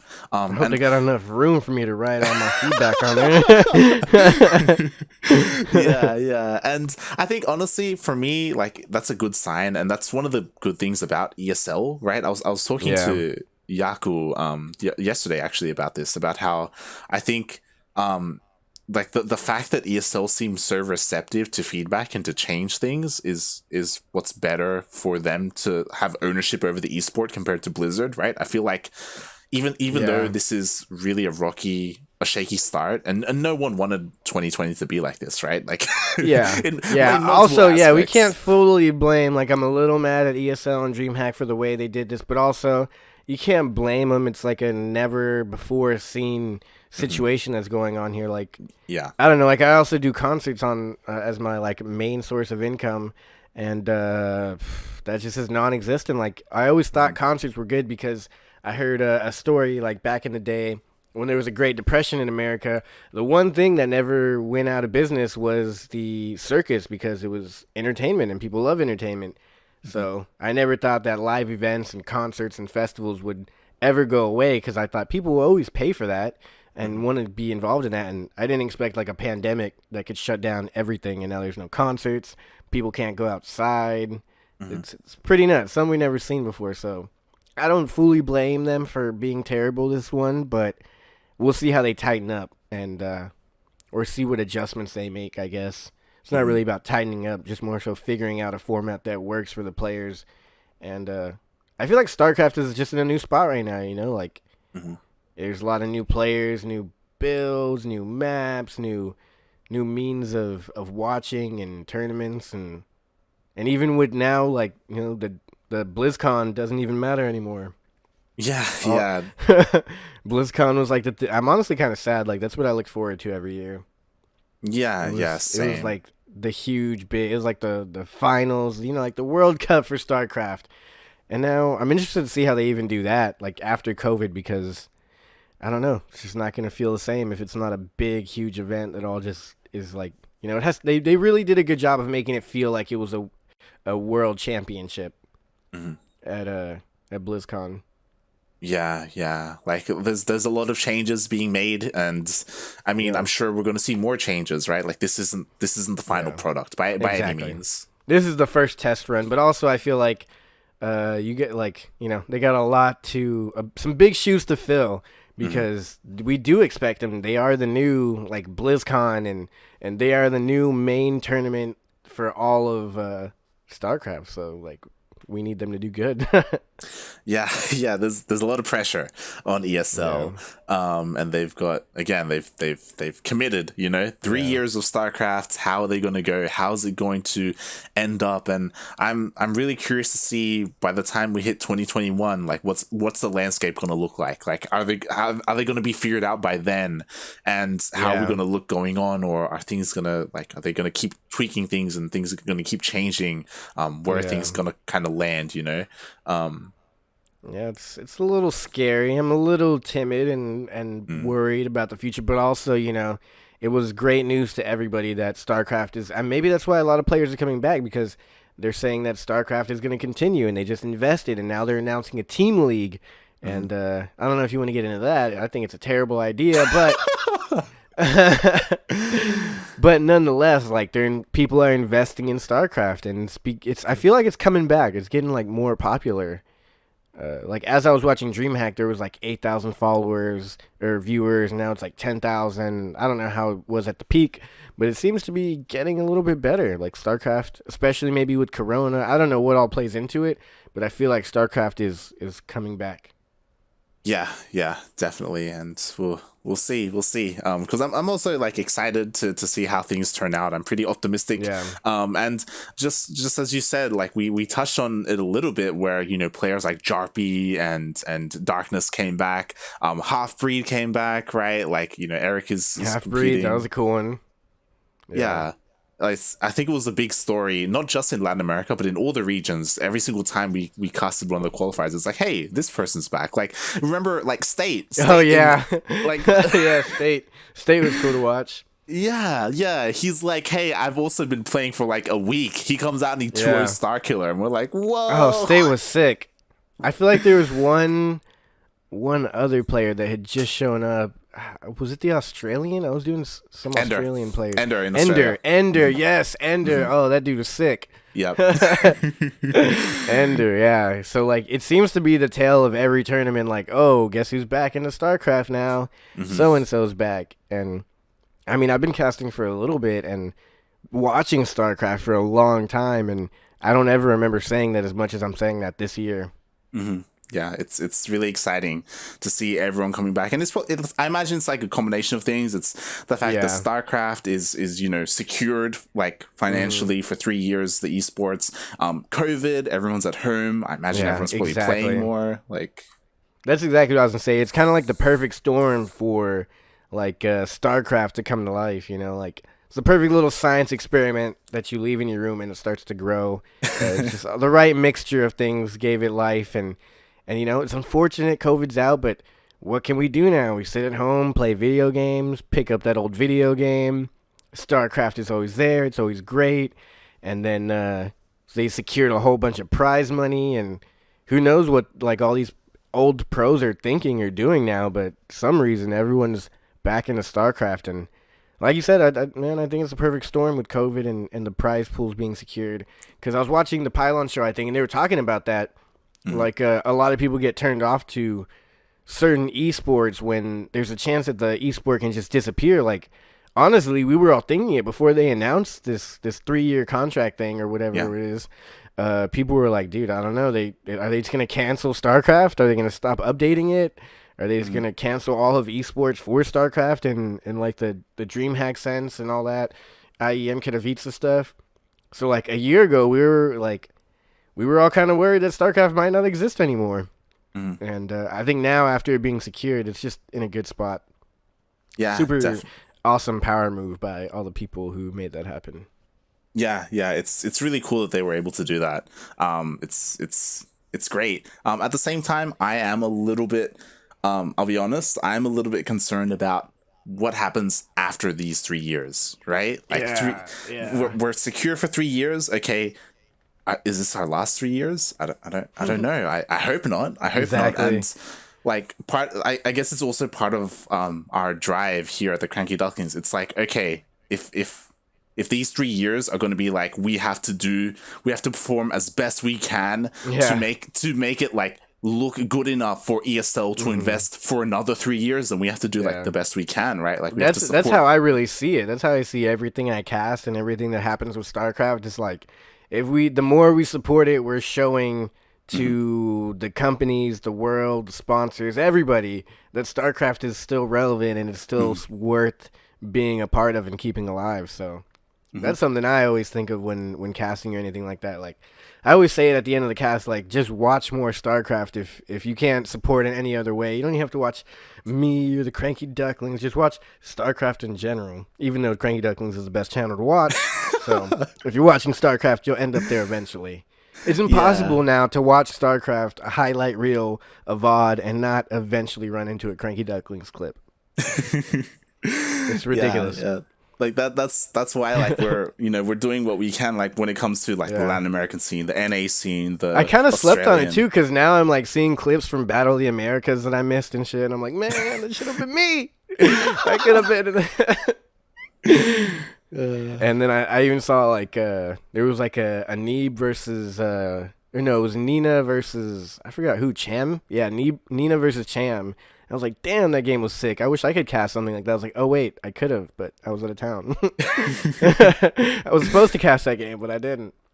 So, yeah, I'm trying to button down the hatches and stay here more and be able to cast every game because I don't want to miss any games now. But and I've been practicing because, they got that little event going on locally, a little LAN going on, so I'm trying to get involved in that as well.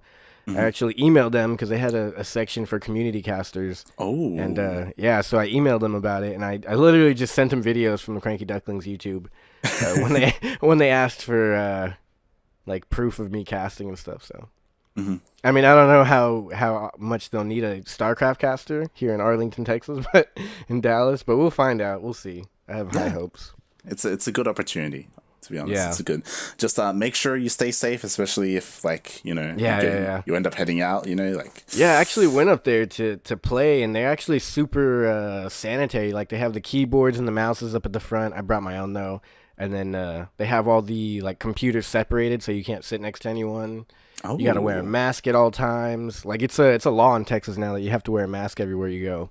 Mm-hmm. So the mask is mandatory. They got hand sanitizer everywhere, so they got it pretty good. I still got to be super careful and stuff, but for the most part, they got it down. So I'm interested to see how a LAN session goes, like a tournament midst COVID-19. We're having like another huge outbreak here in Texas, so I don't know how it's gonna go. We'll see. It's on the 20th.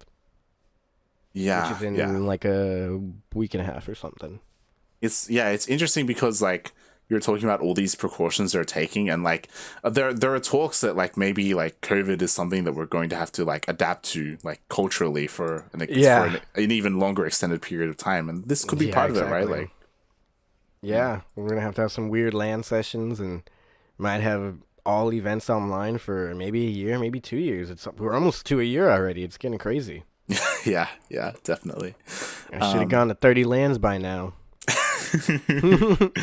It's okay. Everyone's just waiting. As soon as things are good, then all the LANs will be coming out.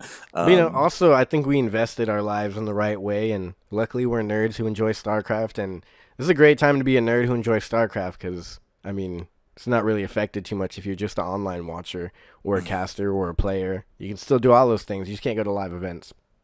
Yeah, definitely. So see how that turns out. And like since we are kind of wrapping up here with DreamHack, there is one event that we can't forget about. I've been waiting to talk about this one. Yeah. So a couple of things happened.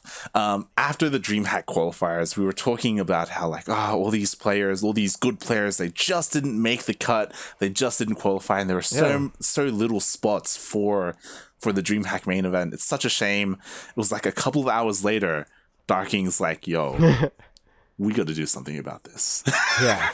So it was on the final qualifier, the third qualifier, and it's like we had been saying, like, there's so many good players. We don't know who to follow, and then the seeding just worked out in a weird way, and a lot of good players didn't make it, like a lot of the best players, and I didn't know anything about it, but like you were saying, like you told me the story, and just as soon as it ended a little bit later, I don't know what it is, but Darking was just like, dude, we got to do something. I think he enjoys watching the stream, and like the stream gets him hyped, and we hyped it up so much. We were low key kind of like really pressing the issue that Last Speedon needs to do something, or Darking needs to make something happen, and and I don't want to say it was all us, but we pressured them a little bit into it, and they did it, and it was sick. And so that's how we got this event here. And then I guess you could talk more about it, Light, since y'all ended up joining in on helping it be organized. Yeah. So like it wasn't just us. Like I think everyone involved, everyone was on the same page. Like everyone was like, hey, definitely. We need more, like I think everyone saw that and was just like, that was so epic. We need more of this. Yeah. And like shout out to Darking because again, the main event was happening in 3 days from the qualifier. And we're like, okay, if we're gonna do this, it has to be before the main event, otherwise it wouldn't make any sense, right? Like it wouldn't. Yeah. Why would you do like the almost qualified people for a tournament that already ended? Yeah, exactly. So it's like, okay, all right, are you in? And I'm like, yes. It's like, okay, so I got Darking. He immediately started contacting players.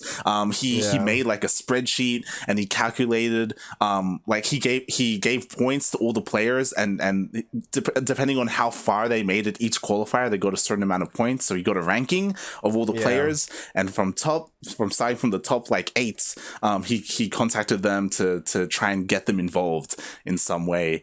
And like that happened. And originally it was going to be $100 prize pool.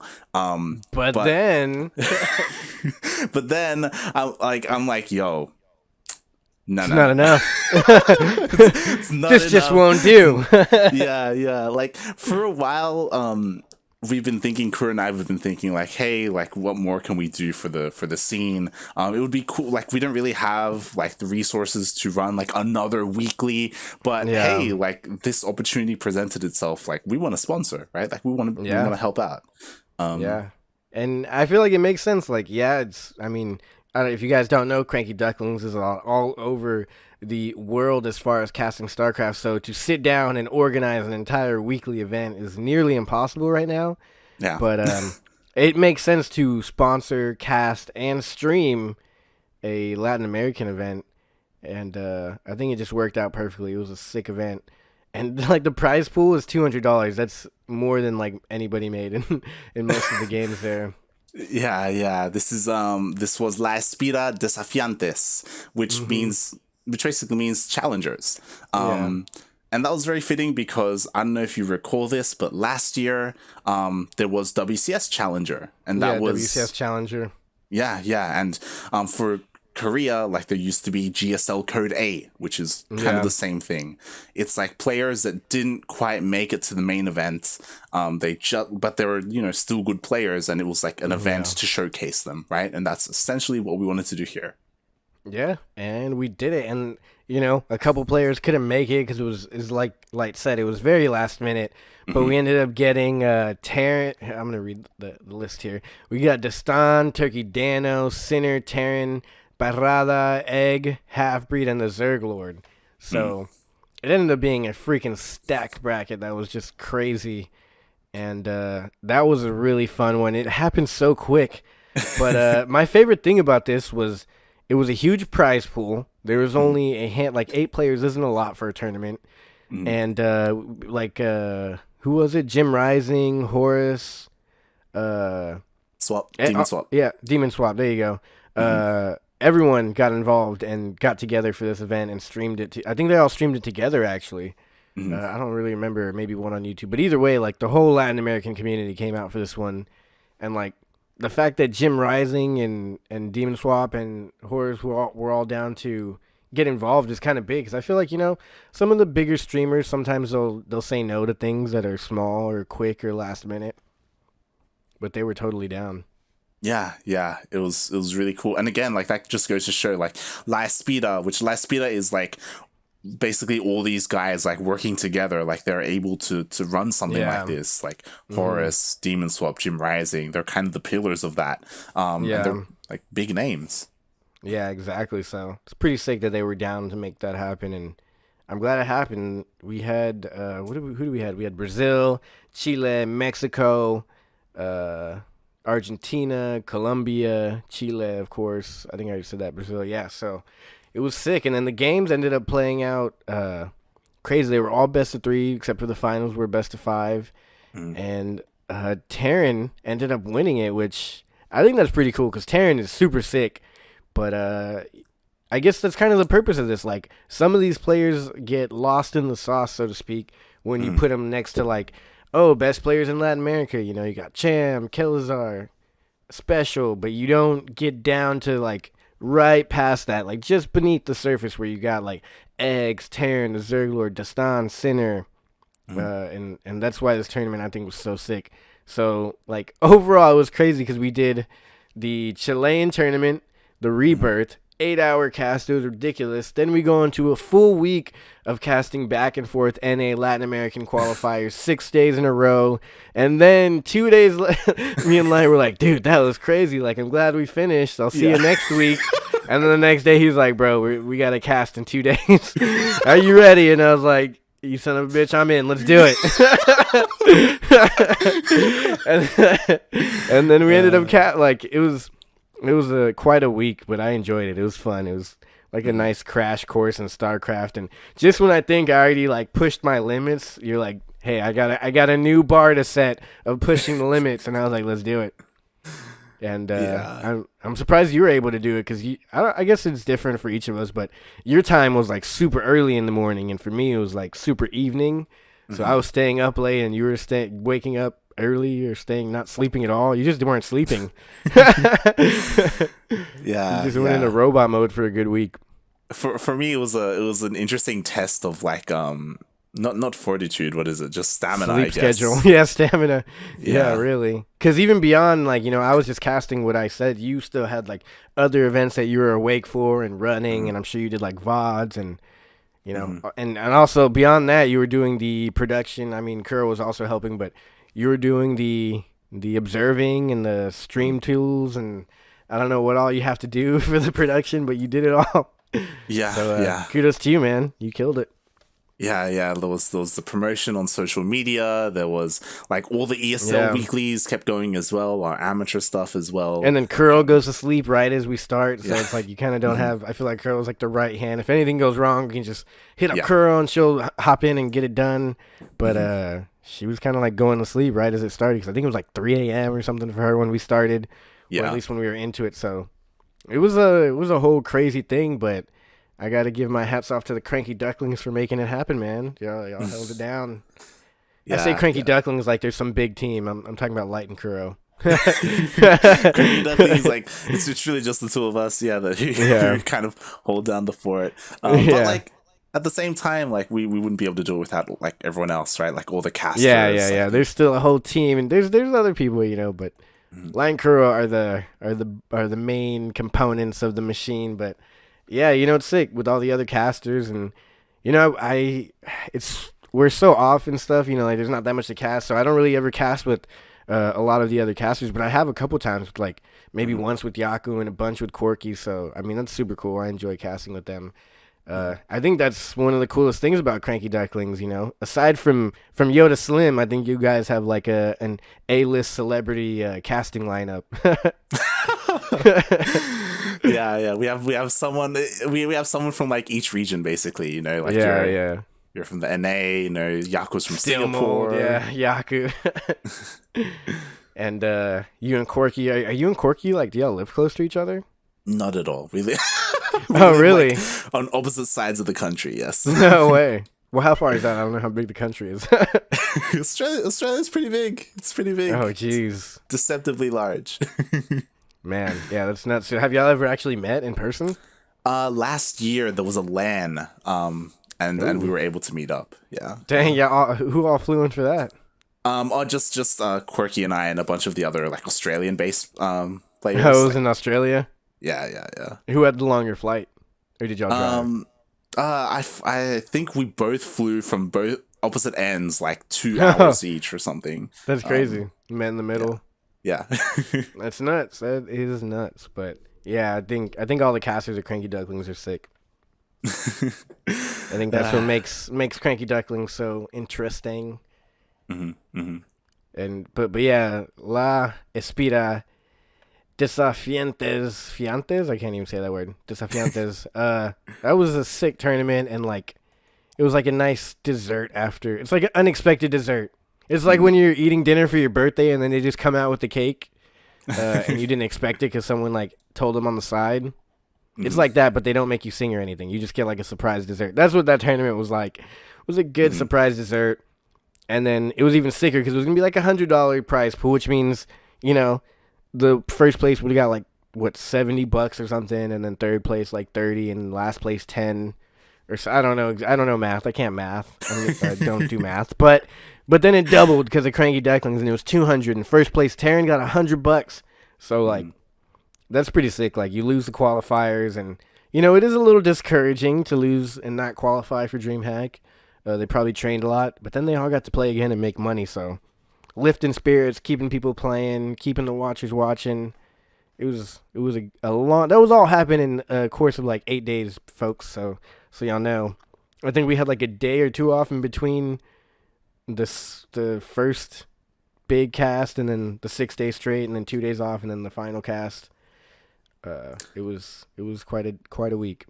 Yeah, and it was really cool to have like all these players featured, and we got a couple of matchups that we like almost rarely see. Like I think the big one that we got really, really excited for was the TVT, because like that almost never happens in Latin American tournaments. Yeah, exactly. Yeah, like Terran and Sinner, they're both like they're basically like the pseudo special and Kelazar, you know, like Yeah, they're repping Mexico and Brazil, and they're both like just under that echelon, and yeah. yeah, they ended up facing each other. I really like the idea of a Brazilian nation wars or whatever you call it, like the Brazilian rebirth, because Brazil is so dominant. They have so many good players, Hmm. like Turkey Dano, the Zerglord, Terran, all Brazilian, Yeah, and that's just the people who were in the top that didn't qualify. Not to mention I think it was like two or three Brazilians qualified, two Brazilians qualified hmm, at least, and yeah. well, two qualified. That's not including Kelazar, who was already in the finals, I believe. I don't know. I'm getting all this confused at this point with all the tournaments. But the point is, Brazil's freaking nuts in StarCraft, and they need their own showcase, or at least more showing in the Latin American DreamHack. Hopefully, they hear our cries, and I'm sure they showed up for Cham. Like I could only imagine how many people were watching Cham and Special. Yeah, definitely. It was just really cool to see them both here, like the Zerglord and Terran do really well. Sinner and Dastan as well. Um, Yeah, the and Stan is becoming one of my favorites to watch. yeah, definitely. He feels like almost like the new eggs in a way. Yeah, the new Like eggs. yeah, like we're casting Dastan more and more, and Dastan he's always in the chat as well. Like he's always like popping up, and Yeah. yeah, he's just becoming really fun to watch, and like he's getting better and better as well. Like fun fact, I saw this was yesterday or the day before. Darkness was streaming, and he was actually coaching Sagan on Oh, stream, really? and I was like, That is cool. oh. Wow. That's hilarious. I've never seen that before. Yeah, they were like going over replays, over Sagan's replays, and Darkness was like giving him tips on what he should be doing and stuff. And I was like, wow, that's really cool that, like, you know, they're working together. And I'm sure like they're all close with Dastan as well. And like Dastan, he's gotten to the point where he's insanely good. Like we saw him take out Eric right in the qualifiers Yeah. before, and Yeah, Destan is sick. Like Destan and Eggs and Ryu are probably like my top three to watch out of the Latin American scene. mm, Like mm, obviously there's a lot of crazy good players like Darkness is now like one of the crazy ones to watch out for. mm, But Half Breed also back playing.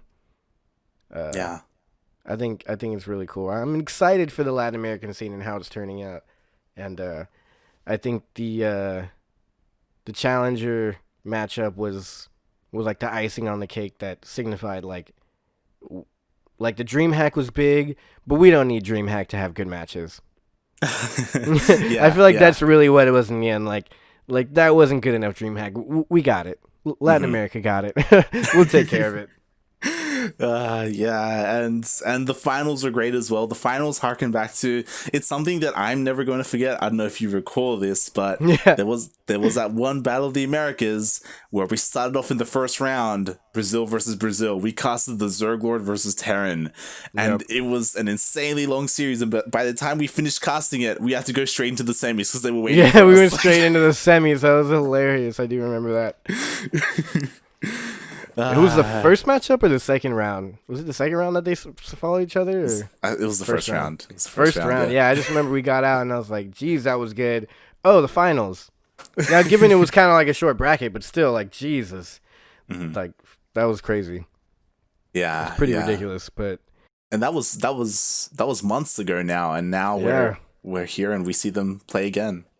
I need to look it up on, like, a League Elect or something, but I need to find out their graphs and see how they've been, like, improving or unimproving, because these players are always practicing, playing, but, you know, life happens, and some players go down in MMR, go up, some people get good, there's patches, so it's really just up in the air to who really is, like, the top 10 players in Latin America, because after you get through the top 4 or 5 players, it's really anybody's game for, like, a whole lot of players to be in the top, like, lower 20, top 10 of the lower 20, if that makes sense. Yeah, definitely. And going into this finals, like honestly, I was kind of favoring the Zerglord. Like and I think a lot of Yeah. that comes down to we just cast a lot more of the Zerglord. Like we Yeah. Terran, he signs up sometimes, but he's not always there. So that's also why it was a really nice showcase for him to be able to like show off and be like, hey, like I may not play in as many tournaments, but look, like I can get up there on the bracket though. Yeah. Yeah, that was really cool to see, like in like just the different places and the different teams, like the bad I always want to say clan, it just sounds like a clan, the bad team esports. Egg is on Furious Gaming, like the Alpha X is all over the place with the Latin American scene, Icebound Esports and Black Knight Esports, like these are all pretty much like Latin American teams. Other than Alpha X, you know, they're global, but yeah, like the teams are super supportive of these players, and they're really doing them a lot of good. And either that is, I think it's mutual. The teams are doing good for the players, and the players are doing good for the teams.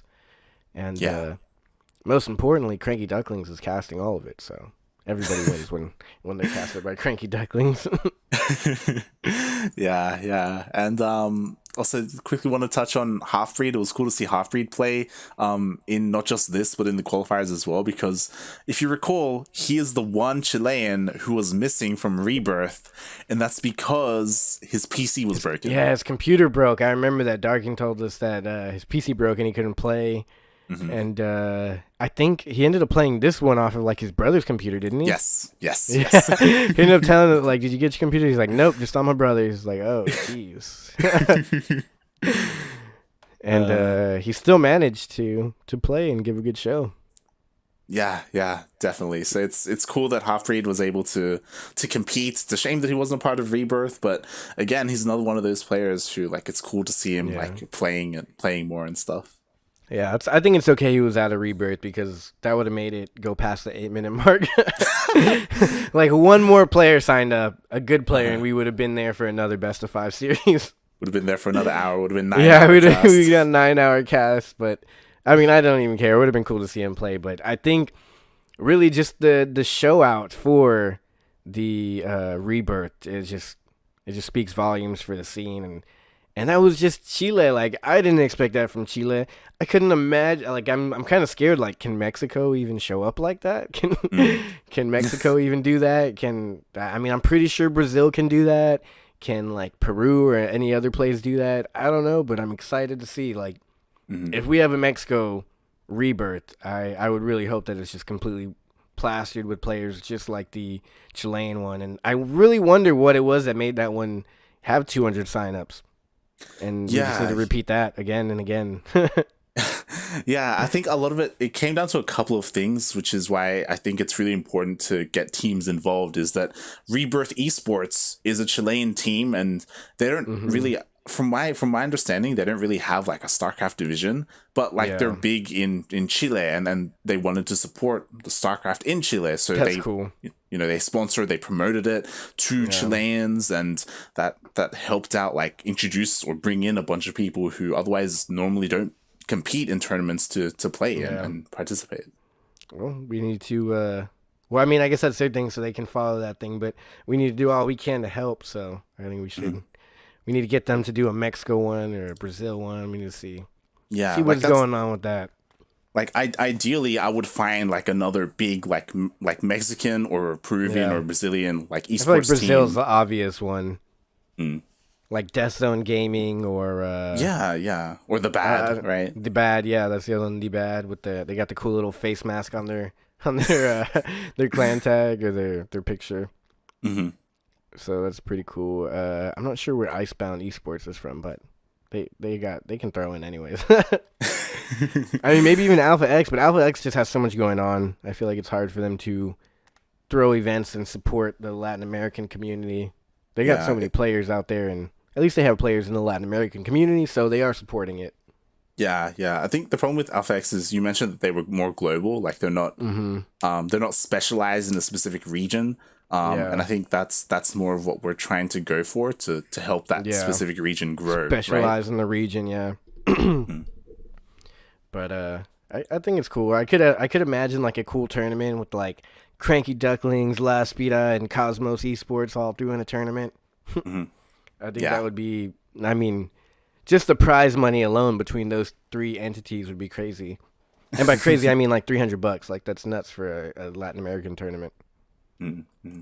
The fact that y'all put together a $200 tournament was crazy. So I think that's pretty sick. Yeah. Correct. $250 tournament. Oh yeah, 250. Yeah, I corrected. You're right. It was 250. Yeah. Which is crazy. Yeah, it was really cool that we were able to get this together in such a short time. And obviously the big name that's missing from this tournament that's obviously we wanted to have involved, but because it was such short notice and he's living in Italy, he couldn't, was Ryu. Yeah, I didn't even know Ryu lived in Italy until this tournament. You told me that it was too last minute for him. But yeah, he was the one that we really wanted to see here just because we saw him go all the way down to the semifinals and like we watched him all day and he was playing so good. And I like him a lot more than I did before watching him all day. Yeah. And I mean, I feel like that's just, besides the casters, like that's the story that needs to be told. Like, look at how good this guy is playing here. And like he deserves his shine, just like Terran, the Zerglord, Destan, Sinner, Eggs, Halfbreed, all of them deserve their shine. So I would hope that we can get some more shine on the scene, and DreamHack and other huge organizers can recognize Latin America as a really entertaining scene. And even like hearing some of the team owners and managers talk, they're like, we want players who are fun to watch, who are good team, like good with the team and have a good attitude. And that's what you get in Latin America. All the players have great attitudes. Everyone's fun. They're funny. Everyone knows everyone. Everyone's good friends. And the games are entertaining. It's like until you get to like the finals where it's Cham, Kelazar, Special, the like all the matches are freaking crazy, and it's never just a easy walkover usually. So I think Latin America deserves more, and we're gonna make sure they get that, I think. Yeah, and I think one of the big ones is that like Ryu, he's teamless. You know, he does this. Yeah, Ryu's teamless. He doesn't I have forgot to hit up Cosmos, Ocam. yeah. Like there are players like that who perform really well and you know don't have that support. So yeah, hopefully we can showcase them. And I think one of the prime examples, which I don't know if you recall, Paddy Mac was teamless, and we featured him, and he ended up winning NA Apprentice Cup. Oh yeah. Paddy Mac's sick. I like Paddy Mac. Yeah, and after he won that, like we tweeted out to a couple of teams. 2 days later, he got picked up by Cosmos. Oh really? Y'all tweeted out to some teams? Yeah. I think I do remember seeing that. Damn, that's sick. Maybe y'all helped him out there. Yeah, I hope so. And also, you know, we do have like Cosmos watching our streams often, so I could imagine. I bet it's fun for like Ocam or whoever watches from teams, like watching a stream, like, you know what? I'm gonna sign that player. He's pretty good. It's like getting a new trading card in your, like a Blue Eyes White Dragon or something in your Yu-Gi-Oh deck. Like, yeah, I think I'll add that addition to my team. Dang, that is sick. He looks so young. How old is he? He's 17, man. Jesus Christ, that's right. He is super young. I forgot we were talking about that. Jesus. What a crazy, absolute crazy 17 years old. Just got picked up by a team. He's making some pretty decent bread for, I mean, any bread off of a video game is good for a 17-year-old. That's sick, though. Yeah. So it'd be cool if maybe like we can help do the same for someone like Ryu as well. And like again, like Eggs is a huge pickup for Cosmos. Sick. Like I know Cosmos are really happy with him because he's been winning a bunch of stuff as well. Oh my gosh, that was so good. Yeah, I'm so happy for Eggs to be on Cosmos. That's pretty sick. Like Eggs of anyone deserved to be on a team. In my opinion. Yeah. And I think that kind of wraps us up. Like this was before the DreamHack main event. I know we're talking about it after, but like Challenger, it was really cool that we were able to make it happen. And we were talking, and depending on like if DreamHack don't change their format, we will probably do this for every single one. Yeah, well, I think if DreamHack doesn't show some love to Latin America, I think we're just gonna figure it out on our own like we have been. I think that's the overall like message that I've received from like the podcast, the streams, all that is like the Chilean tournament, the Rebirth being 200 signups and so many players. That just shows that Latin America is down for StarCraft, and they're gonna show up with or without any huge sponsorships. And then the DreamHack was crazy, and we didn't get a lot of love, but we're still here. And then we did the Challenger matchup, and it was just absolutely sick. And I think the overall message here is that like no matter what happens, like that's part of being a Latin American. I think is like we're not gonna give up, and everyone's working hard for the scene. Everyone's contributing to the Latin American scene. And I don't see it slowing down anytime soon. I don't see nearly as much, I don't know what the word is. Support? Orgullo or whatever. Like, they say that a lot in about, like, Chileans and stuff. Like, we are definitely not going to let the scene die for Latin America. Like, America, like, regular America is just not as involved as Latin America, like, proactive on the scene. And I just think it stands out and it says something that Latin America shows out so hard for themselves when... they're the underdog. No one else really shows them love. Like we talked about how bad the bracket was. There's not a lot of tournaments for us, but the Godfather Darking, La Espira, CranKy Ducklings, we're out here making it happen still. Yeah. It really resonated with me when because like what you just said is what La Espira said.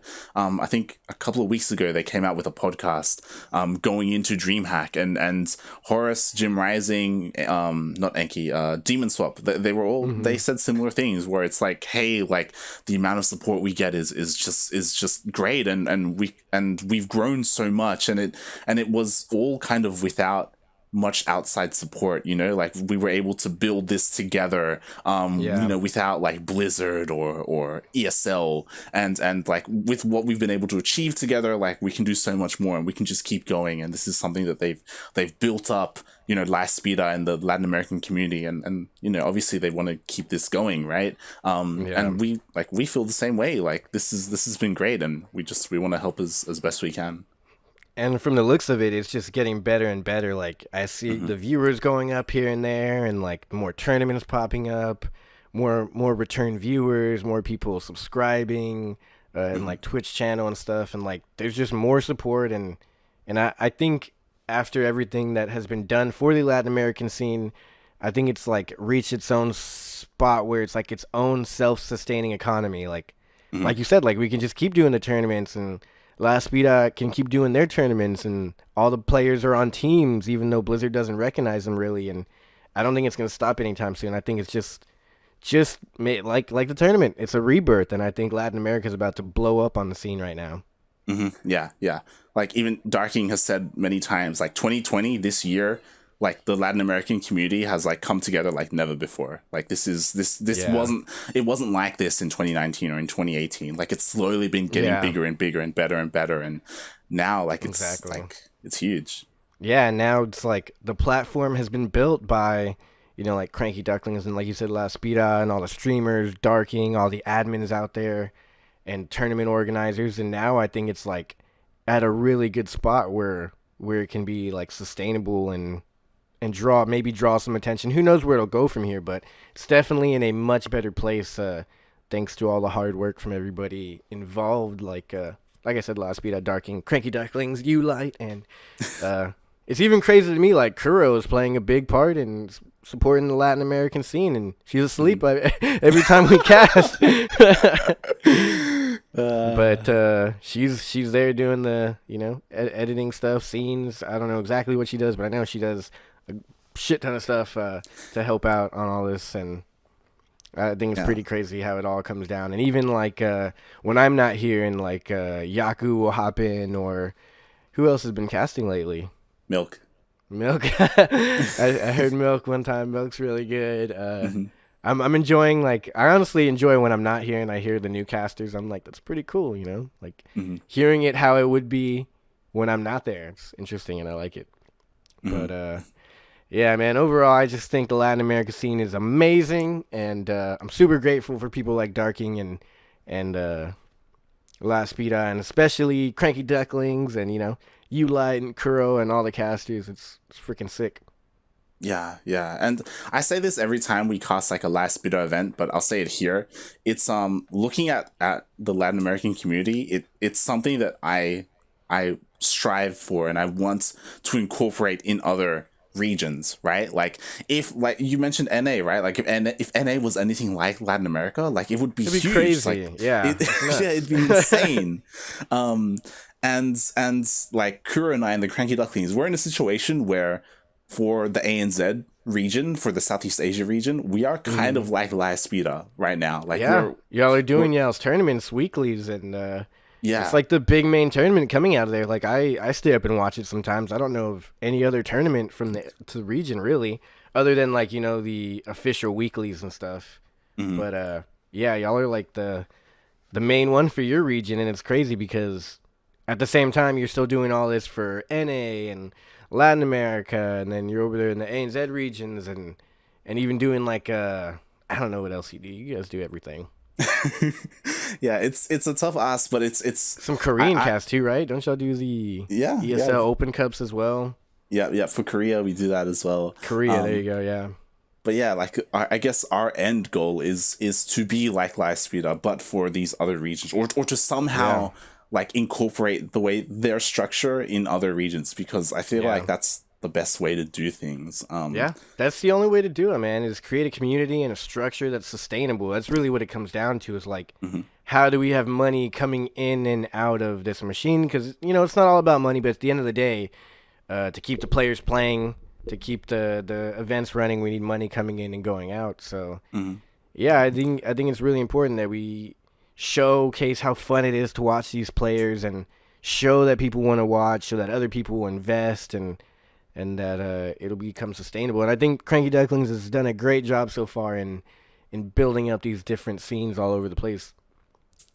Yeah, and I hope like it's like maybe with the help of this podcast, like we can showcase this a little bit so that other people like people in NA or people in Europe or stuff can see what's happening here in Latin America and be like, oh, like this is possible, like this is something that we should strive for. Because again, it's a shame, but the Latin American scene there isn't as much of a spotlight on it in the international community. Like a lot of people in Europe or in NA don't really know what's happening here, and what's happening here is great. Yeah, it's nuts. I'm super glad that we're like casting it all and super involved, because if I just keep up with it on my own, I don't know how I'd do it. Yeah. It's hard to gather all this information just by like catching a stream when you catch it, but that's why I like Cranky Ducklings. Everything's organized, and you can find the tournaments anywhere, and it's easy to keep up, and it's good games. It's always good games. So yeah, I'm super excited for how the Latin American community is coming along. And like, while they're super huge on their own, I think there's plenty of potential to expand and start building, like you said. And I think Cranky Ducklings is the best thing that's happened to StarCraft in a while, because it's just professional, and you guys are, you know, like La Espira is just like specifically their own thing. They have their own tournaments, and ESL has their own tournaments, but Cranky Ducklings is like, all right, we'll cast this to represent these players. We'll cast this big tournament. We'll throw our own tournament. Like, anything that is beneficial for the scene is pretty much being done by Cranky Ducklings. Yeah. And that's not to mention like the side stuff you do, like the the birthdays, StarCraft birthdays, and you have like, what is it, StarCraft esports or something like that? You have one of those pages? Yeah. So, like, yeah, it's pretty sick, and I'm enjoying where the Latin American scene is. I'm a little worried that we might not be able to make it be what I think it deserves to be, but at least we can try and improve the community as much as possible. That's the goal for me. Every cast and every stream and every time I watch something or subscribe, I'm just trying to help build up the scene in whatever region, but mostly for me it's like Latin America, and trying to work on NA as well. But I'm excited. I think Latin America's in a good spot, and it's going to get better in the years to come. Yeah, it's exciting. It's exciting for us to be involved. And we'll see where we can go again in 3 years from now. Like where is everything going to be? DreamHack Chile? Question mark. Imagine the turnout. Leo, I don't know if you recall this, but there was a DreamHack in I think it was in Mexico in 2016. Yeah, I don't remember that. It was huge, and like there are photos out there. I think Snoot won, and he has like a sombrero on and stuff. And That's hilarious. yeah, and Yeah. it was great because Special, I think he made it to the semis, but like when he came out, he had his own like intro, and then he Oh walked my through God. he walked through the crowd, and he had like a luchador robe going on. Yeah, I was and gonna say like, it sounds like some luchador stuff going on over there. yeah. That sounds great. I wish I knew what song he came out to. If I ever meet him, I'm gonna ask him. There's clips out there, but like he was like ghost boxing like as he was going. Oh, that's hilarious. See, that's why Latin America needs the spotlight. Like, it is pure entertainment. Like, if it's not gonna be top level competitors, like, there's no Ceros coming out of Latin America, like best players and the best player in the world. But like, man, it's so entertaining. The passion, even if there's no Mexican players or no Latin American players, and you're in Latin America, the stadium would still be packed, and everybody would be cheering on for whatever player they like. You know, it's just like the spirit of the culture of everyone in Latin America. I think it's gonna be sick. I have high hopes for the future here. Mm-hmm. Yeah, definitely. Yeah, and with that, I mean, we've already been talking for over 2 hours. I was like, that's crazy. It's gonna be a short one. Yeah, I know. I was like, maybe 1 hour if I really stretch it out, but I feel like that always happens with anything Latin America. Like, oh, this should be a quick one, and then it's never. But yeah, I mean, thanks for having me, man. This was fun. I haven't done a StarCraft podcast yet, so this is the first one. Yeah. Hopefully we can do a couple more, like whenever there's a big thing, you know, maybe that we have a lot to talk about or that we covered. We'll probably come out with one of these. Yeah, I'm down to help you with these. Maybe you can get some players in here or do them more often. You know, stuff like that. I'd be down to help out, whatever we got to do. And you know, also I think really why I enjoy the VODs, and I especially enjoy doing things like this, like a podcast. Like, I've done a couple podcasts for like local artist in my area because I do concerts and stuff. But my favorite thing is in 3 years we can come back and look at this and be like, dude, Darking and like Cham, and like we can just think about all the players who were there and see where the scene's at now. And I can't imagine where it's going to be in 3 years, but in 3 years we can look back at this PondCast and we'll be able to see, compared to how it changed, and I'm excited to see how it changes and compare in 3 years. This is kind of like a time capsule of StarCraft in its current state in 2020, mid-COVID. Mm-hmm. Like 3 years from now, like Eggs is like one of the best in the region. Like, you know, Darkness as well. Like, Cham's retired and Eggs is married. Yes, like 3 years. 3 years from now. 3 years from now, we need to check. Has Eggs? Is he married? Is he Chilean now? What's happened? Is Eggs Chilean? We don't know. Oh, that's hilarious. That's a perfect way to end it. We shall see in 2023 how everything turns out. Yeah. It'll be the final DreamHack. Like it'll be the final. It'll be the end of the 3-year run. Oh boy, I'm excited.